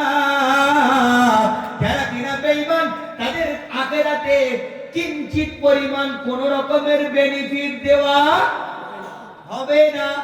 সেখানে যত রকমের পাওয়ারের মালিক হোক, এখানে যত রকমের অট্টালিকার মালিক হোক, যত রকমের অর্থের মালিক হোক, সেই দিন কিন্তু সে কোনো কিছু পাবে না। সুতরাং আল্লাহ রাব্বুল আলামিন যেন নিজেই কোরআনে কারিমে বললেন, আর রহমান আর রহিম, তোমরা নামাজে দাঁড়াবে আর আমার কাছে আমার প্রশংসা করবে। আমি বললাম আল্লাহ কি করে প্রশংসা করব? বললো প্রথমেই বলো আলহামদুলিল্লাহি রাব্বিল আলামিন। ওগো আল্লাহ তোমার প্রশংসা, কেননা এই সমস্ত জগতের লালন পালনকারী তুমি। তারপরে আল্লাহ বললো একটা প্রশংসা করি আমার শেষ, আমার আর কোনো গুণ নেই। বলে হ্যাঁ। আল্লাহ বলে দ্বিতীয় গুণের কথা বলো। আমি বললাম আর রহমান। ওগো আল্লাহ তুমি অতীব দয়াবান, এটা তোমার দ্বিতীয় নাম্বার গুণ। আল্লাহ বললো আমার কি এই দুটোই গুণ, আর গুণ নেই? আমি বললাম না, আল্লাহ আরো একটা গুণ আছে, আর রহিম। ওগো আল্লাহ তুমি কিন্তু দয়াবান, তাই আমি তোমার জন্য করছি সমস্ত রকমের প্রশংসা। আমি তিনটে প্রশংসা করার পরে আমি বললাম আল্লাহ না, তুমি আরো একটা বিষয়, তোমার বিশেষ গুণ আছে। কি গুণ? আল্লাহ বলল মালিক ইয়াউমিদ্দিন, আমি কিন্তু কিয়ামতের দিনের মালিক। কিয়ামতের দিনের মালিক কে? আল্লাহ। আচ্ছা এই দুনিয়ার মালিক কে? আল্লাহ। তাহলে আল্লাহ নতুন করে বললেন কেন কিয়ামতের দিনের মালিক? আল্লাহ তো এই দুনিয়ারও মালিক, আমাদের হায়াতের মউতের সবকিছুর মালিক কে? আমাদের সুস্থতা অসুস্থতার মালিক কে? সবকিছুর মালিক যখন আল্লাহ, এই জমিনের এই আসমানের সবকিছুর মালিক আল্লাহ, তাহলে আল্লাহ নতুন করে বললেন কেন যে আমি কিয়ামতের দিনের মালিক? এটাও তো মালিক আল্লাহ। প্রশ্নটা বুঝে আসেনি? আমার প্রশ্নটা বুঝেছেন না বোঝেননি? সবকিছুর মালিক তো আল্লাহ। তাহলে আল্লাহ বলার দরকার ছিল কি যে মালিক ইয়াউমিদ্দিন ওয়াদ দুনিয়া, আমি দুনিয়া ও আখিরাত সবকিছুর মালিক। কিন্তু আল্লাহ কি বললেন? আমি শুধু কিয়ামতের দিনের মালিক, আমি আখিরাতের মালিক। দুনিয়ারও মালিক তো তিনি। আমি আল্লাহকে বললাম, আল্লাহ এই সবকিছুর মালিক তো তুমি। আল্লাহ বললেন, না না, তোমার একটুখানি বোধা ভুল হচ্ছে। আমি জানি এসব কিছুর মালিক আমি। আমি যদি কিছু তৈরি না করতাম তাহলে তোমরা কিছুই পেতে না। এই আসমান থেকে পানি বর্ষণ করা আর এই বর্ষিত পানি জমিনে সংরক্ষণ করে রাখার ক্ষমতা এ কোন করে রেখেছে কে? আমি আল্লাহ। আলাম নাজআলিল আরদা কিফাতা আহইয়াআ ওয়া আমওয়াতা ওয়াজআলনা ফিহা রাওয়াসিয়া শামিখাতিন ওয়া আসকাইনাকুম মাআন ফুরাতা। আমি আল্লাহ এতটাই ক্ষমতাবান। আমি পৃথিবীর এই সমস্ত নিজামটাকে, পৃথিবীর সমস্ত রকমের সিস্টেমটাকে আমি আল্লাহ এমন সূক্ষ্ম ভাবে তৈরি করে রেখেছি। তোমাদের জন্য পানি লাগবে, তাই আসমান থেকে পানি বর্ষণ করলাম। আমি জানি এই পানি বর্ষণ করা পানি যদি শুধুমাত্র জলাশয়ে থাকে, 10 দিন 20 দিন পরে পুকুরের পানি, নদীর পানি, নালার পানি আর ব্যবহার উপযোগী হবে না। তাই ওটাকে আমি মাটির তলায় পাতালের মধ্যে আমি সংরক্ষণ করে রাখলাম। আর সারা বছর ধরে তোমাদের জন্য রিজার্ভ করে রাখলাম।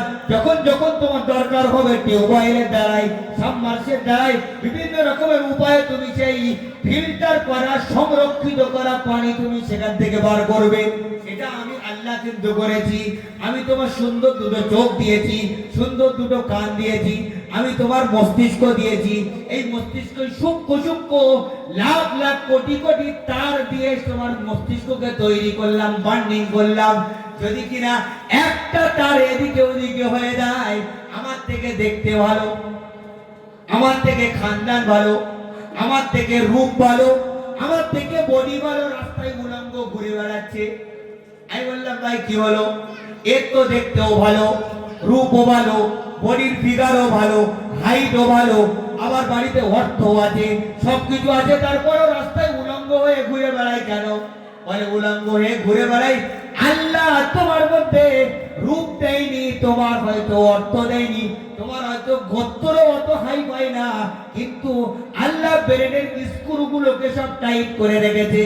এর রূপ দিয়েছে, এর বংশ দিয়েছে, অর্থ দিয়েছে, হাইট দিয়েছে, কিন্তু ওই লক্ষ লক্ষ কোটি কোটি যে তার দিয়ে তোমার মস্তিষ্ককে বাঁধানোর কথা, কয়েলের মতন, যেমন পাখার কয়েল বাঁধা হয়, মস্তিষ্ককে আল্লাহ বাঁধার সময় একটা তার এদিক ওদিক যে করে দিবে, তাই ও উলঙ্গ হয়ে পাগলের মতন ঘুরে বেড়াচ্ছে। আর তুমি কোটি কোটি টাকার ব্যবসা করে পালং নিয়ে দুয়ে বেড়াচ্ছ। সিস্টেম সব কিছু চালাচ্ছে কে?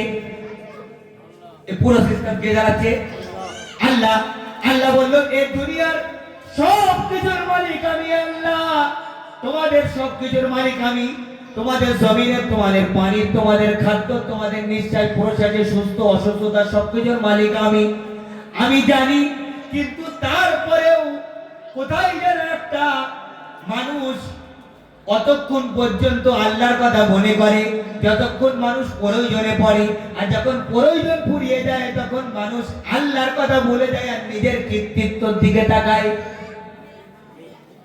কথা বুঝে আসেনি? আমার ছেলে পরীক্ষা দিল, চাকরি পরীক্ষা, আর ওই পাশের বাড়ির আরেকজন চাকরির পরীক্ষা দিল। যখন চাকরির পরীক্ষা দিল, আমার ছেলে চাকরির পরীক্ষা বাদ দেন, মাধ্যমিক রেজাল্ট হলো। মাধ্যমিক পরীক্ষা আমার দিয়েছে ছেলে। ছেলে মাধ্যমিক পরীক্ষা দেওয়ার পরে যদি ফার্স্ট ডিভিশন বা কোনো ভাবে ফেল করে যায়, তখন বাজারে যখন আমার চারিদিকে বদনাম হচ্ছে, তখন আমি সঙ্গে সঙ্গে বললাম, সবই তো আল্লাহর ইচ্ছা, এতে আমার কিছু করার আছে? সবই আল্লাহর ইচ্ছা, আমি কি করতে পারি? মেহনত আমরা করেছি, ফেল করে গেল, আর কি হবে? যখনই ওই পরের বছরে ওই ছেলেটা মাধ্যমিকে স্টার মার্ক নিয়ে পুরো পশ্চিম বাংলার মধ্যে 10 জনের মধ্যে একজন হলো, তখন বাপ এবারে বাজারে গিয়ে আর চায়ের দোকানে বসে পা ধরাচ্ছে আর বলছে, গত বছর আমি ঠকার পরে ওই বাচ্চার পিছনে যেভাবে টাকা খরচ করলাম, যেভাবে টিউশনি দিলাম, যেভাবে ওই বাচ্চা আমার মেহনত করলো, ও যেভাবে সমস্ত রকমের খেলাধুলো মস্তিষ্ক সবকিছু বাদ দিয়ে যেভাবে মেহনত করেছে, পড়াশোনা করেছে, এবছরে লেটার মার্ক আসবে আমার জানা ছিল। ছেলেটাকে আর দেখতে হবে। আমি বললাম বাবা, গত বছর যখন ফেল করলো তার দোষ দিলে কার? সবই তো আল্লাহর ইচ্ছা। এবছর যখন পাস করলো, পাসটাও কার ইচ্ছায় হলো? পাস যখন করলো, কৃতিত্ব নিলেন আপনি আপনার টাকা টিউশনি মাস্টারের, আপনার ছেলের বেরেনের। আর যেই ফেল করে গেল, সঙ্গে সঙ্গে দোষ দেওয়া হলো আল্লাহর। এটা মানুষের নেচার। তাই আল্লাহ বলল, মানুষ তুমি দুনিয়াতে যতক্ষণ নিয়ামত পাবে তখন নিয়ামত তোমার হয়ে যাবে, আর যখন নিয়ামত ফুরিয়ে যাবে তখন কৃতিত্ব সমস্ত রকমের দায়ভার তুমি দেবে কার? আল্লাহ। এখানে তোমার কখনো কখনো, আমি বললাম এই সম্পত্তিটা পুকুরটা কার? বলছে পুকুরটা আমার। আল্লাহ বলছে এখন সাময়িক ভাবে তুমি এর মালিকানা দাবি করো, কিন্তু এই পুকুরের বানানেওয়ালা কে? জমিনটা কার বানানেওয়ালা? আল্লাহ। কিন্তু প্রত্যেকটা অংশ অংশ অংশ আমি মানুষের মাঝখানে বন্টন করে রেখেছি। কেউ এটার মালিক, কেউ এটার মালিক, কেউ এটার মালিক। এখানে বাহ্যিক ভাবে মালিকানার দাবি করার একটা জায়গা আছে। এ বলবে সম্পত্তির মালিক আমি, কোটি টাকার মালিক আমি, এই ঘরের মালিক আমি, এই বাচ্চার মালিক আমি, এই পোলাটের মালিক আমি, এই কোম্পানির মালিক আমি, এই রাজ্যের মালিক আমি, এই দেশের মালিক আমি, আমি প্রধানমন্ত্রী। এইরকম ভাবে সবাই কিনা দুনিয়াবি ক্ষেত্রে একটা দাবি করার জায়গা আছে। কিন্তু একটা দিন আসবে যখন কিনা মানুষ সবাই পড়ে থাকবে, আল্লাহ রাব্বুল আলামিন পৃথিবীর কোন মানুষ আর এখানে থাকবে না, কোন জীবজন্তু থাকবে না, কীট পতঙ্গ থাকবে না। হঠাৎ করে আল্লাহ রাব্বুল আলামিন ইসরাফিল আলাইহিস সালাতু ওয়াস সালামকে বলবেন, ইসরাফিল এবারে তুমি সুর পোকা শুরু করো। পৃথিবী যেদিনকে আল্লাহ ধ্বংস করবেন সেই দিন সবাই আমরা যেমন আছি এই রকম ভাবে সবাই থাকবে। কেউ সকালবেলায় উঠে কাজে যাবে, কেউ মার্কেটে যাবে, কেউ চাষ করতে যাবে, কেউ অফিসে যাবে, কেউ বাজারে মার্কেটিং করতে যাবে, কেউ সবজি কাটতে যাবে, কেউ সবজি তুলে আনতে যাবে, কেউ খেতে চাষ করতে যাবে। কোনো মহিলা আবার বাচ্চা কোটা করতে যাবে, কোনো মহিলা দুধ পান করাতে যাবে, কেউ বা রাত হওয়ার কারণে পৃথিবী তো গোল, আমাদের যেখানে দিন অন্য জায়গায় রাত, অন্য জায়গায় দিন, আমাদের এখানে রাত। কেউ বিস্তারা করতে যাবে, কেউ বিস্তারা তুলবে, কেউ খানা পাকাতে যাবে, কেউ খানা খেতে যাবে, কেউ বা শুতে যাবে, কেউ ঘুম থেকে উঠতে যাবে। এইরকম ভাবে পৃথিবীতে রেগুলার প্রতি সেকেন্ডে পৃথিবী যেভাবে চলছে, ওই দিনও পৃথিবী এইরকম সিস্টেমেই চলবে। হঠাৎ করে আল্লাহ ইসরাফিলকে বলবেন, ইসরাফিল তোমার কাছে যে সুরটা দিয়ে, যে সিংহাটা দিয়ে তোমাকে দাঁড় করিয়ে দিয়েছি, ওই সিংহাটা এবারে সুর ফোঁকা শুরু করো। ইসরাফিল শির ফোঁকা শুরু করবেন। শির ফুঁকতে ফুঁকতে প্রথম দিকে এত মিঠাস, এত সুন্দর আওয়াজ হবে, মানুষ সেই আওয়াজে সবাই মাতোয়ারা। আহা কি সুন্দর একটা গুনগুনিয়ে বাঁশির আওয়াজ আসছে, এত সুন্দর বাঁশির আওয়াজ ইতিপূর্বে তো শুনিনি। এইরকম ভাবে সেই বাঁশির আওয়াজ আস্তে আস্তে একদিন, দুদিন, 3 দিন, 4 দিন, 5 দিন, 6 দিন, যত আওয়াজের তীব্রতা বাড়বে, মানুষের ঘর বাড়ি ইত্যাদি এইরকম ভাবে হিলতে থাকবে। মানুষ যে যে জায়গায় থাকবে সবাই এরকম ভূমিকম্প যেমন হয় এরকম ভাবে কাঁপতে থাকবে। দুগ্ধ পানকারিনী মহিলারা নিজের দুগ্ধ পানকারী বাচ্চাদেরকে ছুড়ে রেখে দিয়ে বাড়ির বাইরে পালিয়ে যাবে।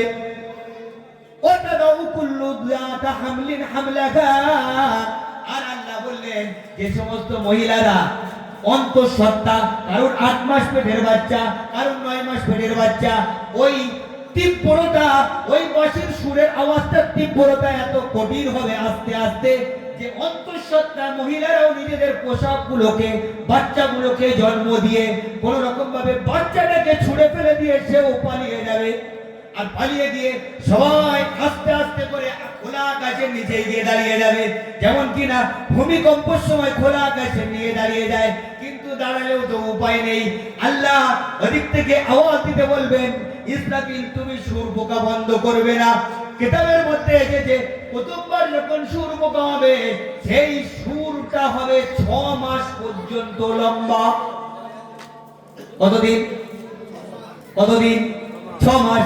এই 6 মাস পর্যন্ত লম্বা সুর ফুঁকার পরে পৃথিবীর কোন কীট পতঙ্গ, কোন রকমের গাছপালা, পাহাড় পর্বত, এমনি করে কোন মানুষ আর পৃথিবীতে এমন থাকবে না যে কিনা লাঞ্চ পেটে মারা যাবে না। পৃথিবীর যত মানুষ আছে, যত কীট পতঙ্গ আছে, সবাই লাঞ্চ পেটে ওই জায়গায় মুখ থুবড়ে পড়ে থাকবে। কেউ কবর দেনেওয়ালা থাকবে না, কেউ খোঁজ নেনেওয়ালা থাকবে না, কেউ গোসল দেনেওয়ালা থাকবে না। এইরকম ভাবে প্রত্যেকে মুখ থুবড়ে পড়ে থাকবে। আর যেমন কিনা অনেক সময় আমরা গাজাতে মুসলমানদেরকে, যেখানে নিরীহ বাচ্চাদেরকে পুকুরে নদীতে ফেলে দেওয়ার পরে সেখানে অনেকেই লাশকে দেখেছেন। লাশগুলোকে যেমন মুখ উঁচু মুন্ডা মুখ করে মুখ থুবড়ে সেই সমস্ত লাশগুলো যেমন পড়ে আছে। কিয়ামতের দিন সকালবেলায় ইসরাফিল যখন সুর ফুঁকবেন, পৃথিবীর একটা মানুষ, একটা কীট পতঙ্গ, জীবজন্তু, ঘোড়া, গাধা, গরু, একটা কেউ থাকবে যে কিনা জীবিত থাকবে, সবাই কিনা মুখ থুবড়ে পড়ে থাকবে। আর পৃথিবীতে কোন রকমের উঁচ বাজ, ক্যাও ম্যাও, কোন রকমের আওয়াজ থাকবে না। এই সময় আল্লাহ এসে বলবে, আইনাল মুলুক, দুনিয়াতে তো তোমরা কেউ রাজত্ব দাবি করতে আমি দেশের রাজা, কেউ বা বলতে আমি রাজ্যের মালিক, কেউ বা বলতে আমি তো এই গ্রামের মালিক, তোমরা কেউ বা বলতে এই বাড়ির আমি মালিক, তোমরা কেউ বা বলতে এই বিল্ডিং এর মালিক, আবার কেউ বা বলতে আমি এই কিনা এই পুরো এলাকার মালিক, এতগুলো সম্পত্তির মালিক, কেউ বা বলতে আমি এই কোম্পানির মালিক। তোমরা সবাই নিজের মালিকানার দাবি দুনিয়ায় করতে, কিন্তু আজকে যখন আমি তোমাদেরকে মৃত্যু দিয়ে দিলাম, এখানে সবাই মুখ থুবড়ে পড়ে আছো। আমি জানতে চাই কেউ কি আছো যে কিনা আজকের বিল্ডিং এর মালিকানার দাবি করবে, যে কিনা রাজ্যের মালিকানার দাবি করবে? কেউ কি আছো যে কিনা আজকে নিজের দেশের মালিকানার দায়িত্ব দাবি করবে? আইনা ফেরাউন, আইনা কারুন, আইনা সাদ্দাদ। আল্লাহ নিজে আওয়াজ দেবেন, ফেরাউন তুমি কোথায় গেলে? সাদ্দাদ তুমি কোথায়? কারুন তুমি কোথায়? এসো, তোমরা তো দুনিয়ায় বিরাট রাজত্বর দাবি করতে, মালিকানার দাবি করতে, কিন্তু আজকে কোথায় গেল তোমাদের মালিকানা? তোমরা সব তো মুখ থুবড়ে পড়ে আছো। তাই আল্লাহ বললেন কোরআনে কারীমে, মালিক ইয়াউমিদ্দিন, দুনিয়াতে হয়তো সাময়িকভাবে তোমরা মালিকানার দাবি করতে পারলেও একদিন এমন আসবে সেদিন তোমরা থাকবে বটে, কিন্তু কারোর সাহস হবে না সেই দিন আমার সামনে মালিকানার দাবি করতে। তাই আমি আল্লাহ বলছি, দুনিয়ার মালিকও আমি, কিন্তু টেম্পোরারি মালিক তুমি। কিন্তু একদিন এমন আসবে সেদিন টেম্পোরারি কি আর চিরস্থায়ী কি, একমাত্র মালিক হব আমি আল্লাহ। তাই আমি বললাম মালিক ইয়াউমিদ্দিন, আমি দুনিয়ারও মালিক, আখিরাতেরও মালিক। দুনিয়াতে মালিক বটে, কিন্তু এখানে কিছুটা হলেও তোমরা মালিকানার দাবি জানাও। আখিরাত একদিন আসবে, সেদিন তোমরা কিন্তু ওই কিছুটা পরিমাণ মালিকানার দাবিও জানাতে পারবে না। এই 3-4টে গুণ বলার পরে এবারে আল্লাহ বলছেন, ওই যে তুমি হেদায়েতের কথা, হেদায়েতের রাস্তা তুমি পেয়েছিলে, আমি তোমাকে বললাম হেদায়েত গন্তব্য পর্যন্ত পৌঁছাতে গেলে আমার কাছে দোয়া চাইতে হবে। আমি নামাজে গেলাম, এবারে আল্লাহকে বললাম, আল্লাহ তোমার অনেকগুলো প্রশংসা করলাম, এবারে আমার কিছু তোমার কাছে চাওয়ার আছে। আল্লাহর কাছে যখন আমি বললাম আল্লাহ আমি চাইবো কিছু, আল্লাহ বললো কি চাইবে?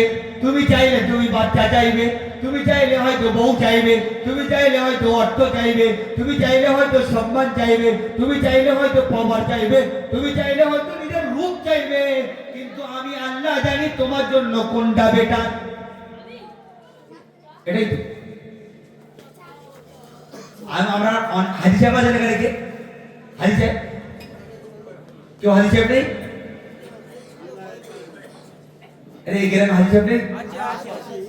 আচ্ছা, হাজি সাহেবরা যখন হজ করতে যান তো ট্রেনিং এ বলা হয় কাবা শরীফকে দেখে প্রথম যে দোয়াটা করা হয় সেই দোয়াটা কবুল হবেই হবে। প্রথম দেখা বিভিন্ন জনা বিভিন্ন রকমের নিয়ত করে চলে যায়। কেউ যেন আমি যাই গিয়ে প্রথমেই নিয়ত করবো আল্লাহ যেন আমি কোটি টাকার মালিক হয়ে যায়। কেউ বদুয়া চাই আল্লাহ আমার একটা সুখময় সংসার তুমি দান করো।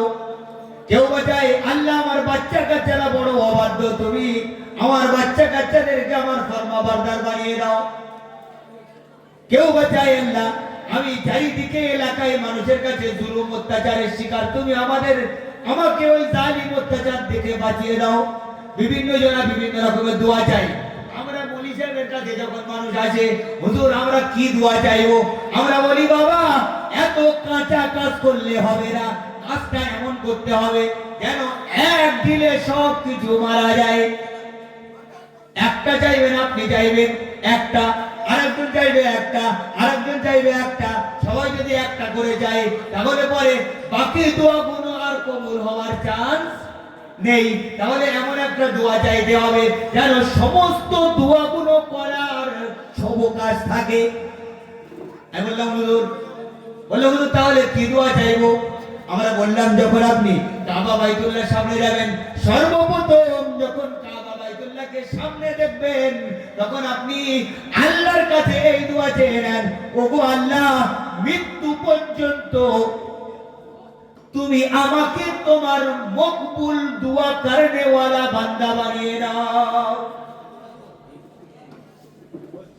কথা বুঝাচ্ছি?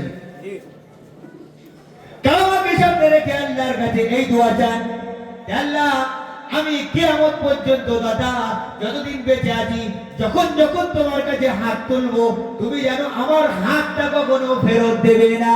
এই দোয়া আপনি চেয়ে নেন। আল্লাহ যদি ওটা কবুল করে নেয় তাহলে আপনি বাড়িতে এসেও যখন আল্লাহর কাছে হাত তুলবেন, এই কথা বুঝাচ্ছি? আপনি যেখানে হাত তোলেন কবুল হবে। ঠিক এমনি ভাবে আমি যখন নামাজে দাঁড়িয়ে গেলাম, বিভিন্ন জনা বিভিন্ন রকমের চাওয়ার আছে। আল্লাহ বললো না না, তোরা সব বোকার মতন ক্ষণস্থায়ী জিনিস চাইবি, কেউ বউ চাইবি, কেউ বাচ্চা চাইবি, কেউ টাকা চাইবি, কেউ সম্মান চাইবি, এসব তো ক্ষণস্থায়ী। এমন একটা জিনিস আমার কাছে নামাজে দাঁড়িয়ে চা যেটা কিনা তোর ইহকাল ও পরকাল দুটো কি মঙ্গল বানিয়ে দেয়। আমি বললাম আল্লাহ কি? আল্লাহ বললো বল ইহদিনাস সিরাতাল মুস্তাকিম। ওগো আল্লাহ আমি তোমার কাছ থেকে অর্থ চাই না, তোমার কাছ থেকে সম্মান চাই না, তোমার কাছ থেকে টাকা চাই না, তোমার কাছ থেকে বাহু শক্তি চাই না, আমার দুনিয়ার কোনো কিছুর দরকার নেই। আমি অত্যন্ত দয়ার, তোমার অনুকম্পায় তোমার কৃপায় যে হেদায়েতের রাস্তার সন্ধান পেয়েছিলাম। অনেক মানুষ পৃথিবীতে লাখো কোটি কোটি মানুষ আছে যারা কিনা মুহাম্মাদের রাস্তার সন্ধানই পায়নি। আমরা তোমার কাছ থেকে চাইনি, তারপরেও তুমি আমাদের রাস্তাটা দেখিয়ে দিয়েছো। আল্লাহ রাস্তার যখন সন্ধান পেয়েছি গন্তব্য পর্যন্ত একটু পৌঁছে দিও। যদি তুমি না পৌঁছাও তাহলে পৃথিবীর কোনো শক্তি তো নেই যে শক্তির দ্বারাই আমি গন্তব্য পর্যন্ত পৌঁছাতে পারবো। কেননা আল্লাহ এদিকে শয়তান দাঁড়িয়ে, এদিকে শয়তান দাঁড়িয়ে, শয়তান একদিকে জেনা নিয়ে দাঁড়িয়ে, আরেক জায়গায় মদ নিয়ে দাঁড়িয়ে, আরেক জায়গায় চুরি নিয়ে দাঁড়িয়ে, আরেক জায়গায় হারাম নিয়ে দাঁড়িয়ে, আরেক জায়গায় নারী নিয়ে দাঁড়িয়ে, আরেক জায়গায় আমাকে মিথ্যা নিয়ে দাঁড়িয়ে, আরেক জায়গায় আমার কাছে ডাকাতি নিয়ে দাঁড়িয়ে, আরেক জায়গায় গান বাজনা নিয়ে দাঁড়িয়ে, আরেক জায়গায় আমার বেপরদাগি নিয়ে দাঁড়িয়ে, আরেক জায়গায় বেনামাজি নিয়ে দাঁড়িয়ে, আরেক জায়গায় আমার দাড়ি কাটা নিয়ে দাঁড়িয়ে, আরেক জায়গায় আমাকে গালাগালি দেওয়া থেকে যে দাঁড়িয়ে, এইরকম ভাবে একটার পর একটা সুড়ঙ্গ সুড়ঙ্গ গলি গলি রাস্তা, যেখান থেকে সেখান থেকে শয়তান আমাকে ডেকে নিতে পারে। ডেকে নিয়ে হয়তো আমাকে সেনার আড্ডায় বসিয়ে দেবে, তা না হলে তার সেনার আড্ডায় বসিয়ে দেবে, তা না হলে চুরির আড্ডায় বসিয়ে দেবে, তা না হলে আমাকে বেপরদাগির আড্ডায় বসিয়ে দেবে, তা না হলে আমাকে নাচ গানের আড্ডায় বসিয়ে দেবে, তা না হলে আমাকে মিথ্যার আড্ডায় বসিয়ে দেবে। আল্লাহ তুমি কিনা আমাকে সিরাতুল মুস্তাকিম, সিরাতে মুস্তাকিম মানে একদম মিডিল রাস্তা, যেন এদিকেও ধারে চেপে না হয়, এদিকেও ধারে চেপে না হয়। মুস্তাকিম মানে মিডিল রাস্তা, ডান দিকেও চাপবে না, বাদিকেও চাপবে না। তার মানে আমি আল্লাহ বললাম আমি এদিকেও চাপবো না, এদিকেও চাপবো না, আমাকে মিডিলে রাখো। শয়তান এদিক থেকেও আসবে, এদিক থেকেও আসবে, কিন্তু কোন দিকে যেন আমি না যাই। আমি বরং তুমি এমন ভাবে আমাকে প্রোটেকশন দাও যেন সেই প্রোটেকশনের দ্বারা আমি গন্তব্য পর্যন্ত নিরিবিলি পৌঁছাতে পারি। আর শয়তান যেন আমাকে কোনো রকমের ছবল না মারতে পারে। আমি বললাম আল্লাহর কাছে এই দোয়া, আল্লাহর কাছে বলার পরে এবারে আল্লাহ বলল তুমি যাবে ওখানে, তো আমি হাত ধরে তোমাকে নিয়ে যাব না, আমি আল্লাহ তোমাকে প্রোটেকশন তো দেব, কিন্তু ওখানে আমি আল্লাহ তো স্বয়ংে থাকবো না। তাহলে পরে আল্লাহ আমি কি করে কি করব, আমি কিভাবে যাব? তখন আল্লাহ রাব্বুল আলামিন আমাকে বললেন তুমি আমার কাছে এটাও দোয়া চেয়ে নাও। আমি বললাম কি চাইবো? আল্লাহ বললেন সিরাতাল্লাযীনা আন'আমতা আলাইহিম গায়রিল মাগদুবি আলাইহিম ওয়ালাদ-দাল্লিন। আল্লাহ তুমি তো নেই, তাহলে আমি যাব কিভাবে? এদিক থেকে তুমি প্রোটেকশন দিয়ে রাখো, আমি তো তোমাকে দেখতে পাচ্ছি না, তাহলে পরে তুমি কিভাবে আমাকে নিয়ে যাবে? আল্লাহ বলল চিন্তা করার দরকার নেই, আমার কিছু লোক আছে, আমার কিছু লোক আছে যে লোকগুলো ইতিপূর্বে এই রাস্তা দিয়ে চলে গেছে, ওদের পায়ে ছাপ রাখা আছে, ওই ছাপ দেখে দেখে তুই পা ফেলে ফেলে আসবি। আমি বললাম আল্লাহ কারা? এবার আল্লাহ চতুর্থবারে আল্লাহ বললেন তুমি জানো না যে পায়ে ছাপগুলো আছে তারা কারা? উলাইকাল্লাযীনা আন'আমাল্লাহু আলাইহিম মিনান নাবিয়্যিনা ওয়াস-সিদ্দীকীনা ওয়াশ-শুহাদাই ওয়াস-সালিহিন। আল্লাহ বললেন জানো না আমি ওখানে তোমার হাত ধরে নিয়ে আসবো না, আমি তুমি আমার কাছে দোয়া চেয়েছো, আল্লাহ তুমি আমাকে মিডিল রাস্তায় চালাও, তোমার দোয়া আমি কবুল করে নিলাম। এবারে আমি আল্লাহকে বললাম আল্লাহ তুমি তো দোয়া কবুল করেছো, চলবো কিভাবে? তুমি তো আমার এখানে আসতো না, আমি তোমাকে দেখতেও পাবো না, কেননা তুমি নিজেই বলেছো আমি আমার বান্দাদেরকে কিয়ামতের দিন দেখা দেব। আল্লাহ কিয়ামতের দিন জান্নাতে দেখা দেবেন না দেবেন না? হ্যাঁ দেবেন তো? কে কে দেখতে চান হাত তোলেন তো? আল্লাহকে দেখতে চান কে কে? কেউ হাত তুলছে না কি ব্যাপার? আরে আল্লাহকে দেখতে চান না? আরে জান্নাতের নিয়ামতের মধ্যে সবথেকে উৎকৃষ্ট নিয়ামত কি? দিদারে খোদা। সমস্ত মানুষ জান্নাতের সমস্ত নিয়ামত পাওয়ার পরে আল্লাহ সমস্ত জান্নাতীদেরকে এক জায়গায় করে বলবেন তোমরা এর থেকে বেশি কিছু কি আমার কাছে আজ চাও? জান্নাতীরা বলবে আল্লাহ এর থেকে বেশি আর কিছু সম্ভব? আর কি দেবে? আর কি চাই? তুমি জান্নাতে হুর দিলে প্রতি সপ্তাহে সুকুল হুসুন, প্রতি শুক্রবারে করে একটা করে জান্নাতে সৌন্দর্যের বাজার হবে, সৌন্দর্যের বাজার, রূপের বাজার।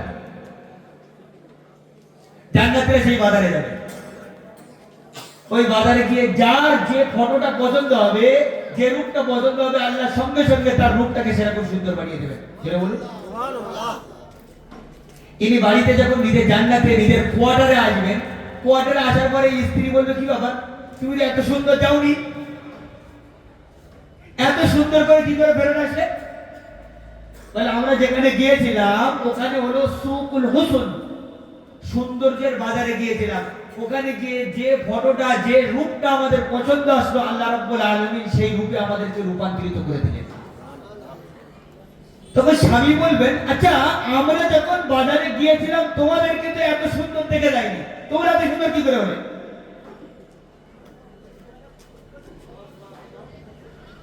তখন জান্নাতে এই সমস্ত রমণীরা যারা আমাদের স্ত্রীরা, আমাদের এই স্ত্রীরা কিয়ামতের দিন জান্নাতে থাকবে যদি ঈমান থেকে থাকে, যদি আমল থেকে থাকে। আর যদি ঈমান আমল না থেকে থাকে তাহলে এখানে জাহান্নামে যাবে। এবার একটা প্রশ্ন যে যদি স্ত্রী জাহান্নামে যায় আর স্বামী জান্নাতে যায়, তাহলে স্বামী স্ত্রীর জন্য আল্লাহর কাছে সুপারিশ করতে পারবেন না? পারবেন না? কি বলে? পারবে কিন্তু করবে না। কেউ কেন করবে না? জানে তো দুনিয়ায় যা জড়া জ্বলেছি এখানে নতুন করে জড়িয়ে নামবে। পাবে সবাই রাইট, কিন্তু নতুন করে আর কেউ জড়াতে চাইবে না। এটা আমি এমনি বললাম। সবাই যদি সুপারিশ করে সুপারিশ কবুল করা হবে। যদি কেউ সুপারিশ চায় সুপারিশ কবুল করা হবে। ইনি যখন ফেরত আসবেন জান্নাতে এসে বলবেন যে আপনাকে তো এত সুন্দর আমি রেখে যাইনি। তখন হাদিসের মধ্যে মিশকাত তিরমিজি শরীফের দ্বিতীয় খণ্ডে আল্লাহ রাসূল সাল্লাল্লাহু আলাইহি সাল্লাম বলেন, তখন এই এরাই বলবে, আমাদের স্ত্রীরা জান্নাতে হুরেরা তখন বলবে আপনারা চলে যাওয়ার পরে আবে হুসুদ বলে আল্লাহ এক ধরনের বর্ষণ আমাদের উপরে করেন। আমরা সেই পানিতে গোসল করার পরে যখন আমরা নিজেদের রুমের মধ্যে প্রবেশ করেছি, আল্লাহ রাব্বুল আলামিন আগের তুলনায় সুন্দর রূপ আমাদের প্রত্যেককে দান করেছেন। এটা এক সপ্তাহের ঘটনা বলছি, এটা এক সপ্তাহ না, প্রতি শুক্রবার আল্লাহ রাব্বুল আলামিন এমনটা করবেন। জোরে বলুন। এবারে যদি বলেন তাহলে এত সুন্দর কি করে করবেন, ওটা আমার আপনার টাওয়ারের বাইরে, ওটা আমার বুঝে লাগবে। সেদিন আল্লাহ কি বললেন, তাফাক্কারু ফি খালকিল্লাহ ওয়ালা তাতাফাক্কারু ফিল্লাহ। তোমরা আল্লাহ সৃষ্টিকে নিয়ে ভাবো, আল্লাহকে নিয়ে ভেবে লাভ নেই। আল্লাহ ভাবনার উঠে এই কদিন আগে জাভেদ আখতার গেল না, জাভেদ আখতার আর মুফতি সামাইলের ডিবেট হলো। অনেকে সোশ্যাল মিডিয়া যারা সক্রিয় তারা জানে জাভেদ আখতার একজন নাস্তিক আর আমরা হলাম আস্তিক। আমরা আল্লাহর পক্ষে, পৃথিবীর সৃষ্টির স্রষ্টা একজন আছে এর পক্ষে। এরা হলো নাস্তিক, এরা বলছে পৃথিবী নিজে নিজে সিস্টেমে এমনি চলছে। ওই ইমাম আবু হানিফা রাহমাতুল্লাহ আলাইহির নাম জানেন? ইমাম আবু হানিফার নাম জানেন তো? আমরা চার ইমামের কোন ইমামকে মানি? জানি চারটি ইমাম আছে তো, ইমামে শাফি, ইমামে মালিক, ইমামে আহমদ ইবনে হাম্বল আর ইমামে আবু হানিফা। ইমামে আযম আবু হানিফা রাহমাতুল্লাহ আলাইহির ব্যাখ্যাকে মানি আমরা, এশিয়া মহাদেশের সবাই আমরা ইমামে আযম আবু হানিফার মানি। তো ইমামে আবু হানিফা রাহমাতুল্লাহ আলাইহি যখন এসেছেন তখন ওনাদের সময় নাস্তিকের বাড়বাড়ান্ত ছিল খুব বেশি। এই যেমন আজকে জাভেদ আখতারের সাথে হলো মুফতি সামাইলে, তো ইমামে আযমের সাথে তৎকালীন সময়ে একজন নাস্তিকের তর্কর সভা হলো, তর্কের আয়োজন করা হলো। তর্ক, হাজার হাজার মানুষ এসে উপস্থিত। কি ব্যাপার, আজকের ইমামে আযম ও কিনা আস্তিক আর এদিক থেকে নাস্তিক, মুলহিদ আর মুমিন। একদিকে ঈমানদার আর আরেকজন যারা কিনা ঈমানকে অস্বীকার করে, এই দুজনের আজকের তর্ক। যে ব্যক্তি জিতবে তাকে অন্য বিপক্ষ মেনে নিতে বাধ্য হবে। সুতরাং ইমামে আবু হানিফা জিতলে নাস্তিক সে মানতে বাধ্য, আর যদি নাস্তিক জিতে যায় ইমামে আবু হানিফাকে একে মেনে নিতে বাধ্য। যখন এই তর্ক সভা হলো, আসার টাইম দেওয়া হলো দুটোই কম বেশি। নির্দিষ্ট টাইম থেকে ইমামে আবু হানিফা রাহমাতুল্লাহ আলাইহি মিনিমাম প্রায় ঘন্টাখানেক পরে তারপরে ঢুকছে। কথাগুলো খুব লোক মার্ক করবেন। নির্দিষ্ট টাইম থেকে প্রায় ঘন্টাখানেক পরে ঢুকছেন। ঠিক উনি ঢুকছেন না বলে এদিকে সব তৈরি হচ্ছে যে তাহলে পরে ঘোষণা করে দেওয়া হোক নাস্তিক জয়ী। কেননা বিপক্ষ ইমামে আযম যখন আসেনি তাহলে সে ভয়ে পালিয়ে গেছে। ইমামে আবু হানিফা রাহমাতুল্লাহ আলাইহি সবাই যখন এই সমস্ত তৈরির মধ্যে লিপ্ত, হঠাৎ করে ইমামে আবু হানিফা এসে স্টেজের মধ্যে উপস্থিত। বলে ভাই আপনারা জয় বিজয়ী ঘোষণা করে বলবেন, একটুখানি আমাকে দুটো কথা বলতে দেন। তাহলে আসলে রাস্তার মধ্যে আমি যখন আসছিলাম আস্তে আস্তে আমার তো জায়গা আসার রাস্তা একদম শুকনো জানা, কিন্তু আস্তে আস্তে হঠাৎ করে দেখলাম একটা সামনে বিরাট দরিয়া হয়ে গেল। দরিয়া যখন হয়ে গেল, দরিয়া পার হওয়ার জন্য নৌকা নেই, কোন রকমের বাহন নেই।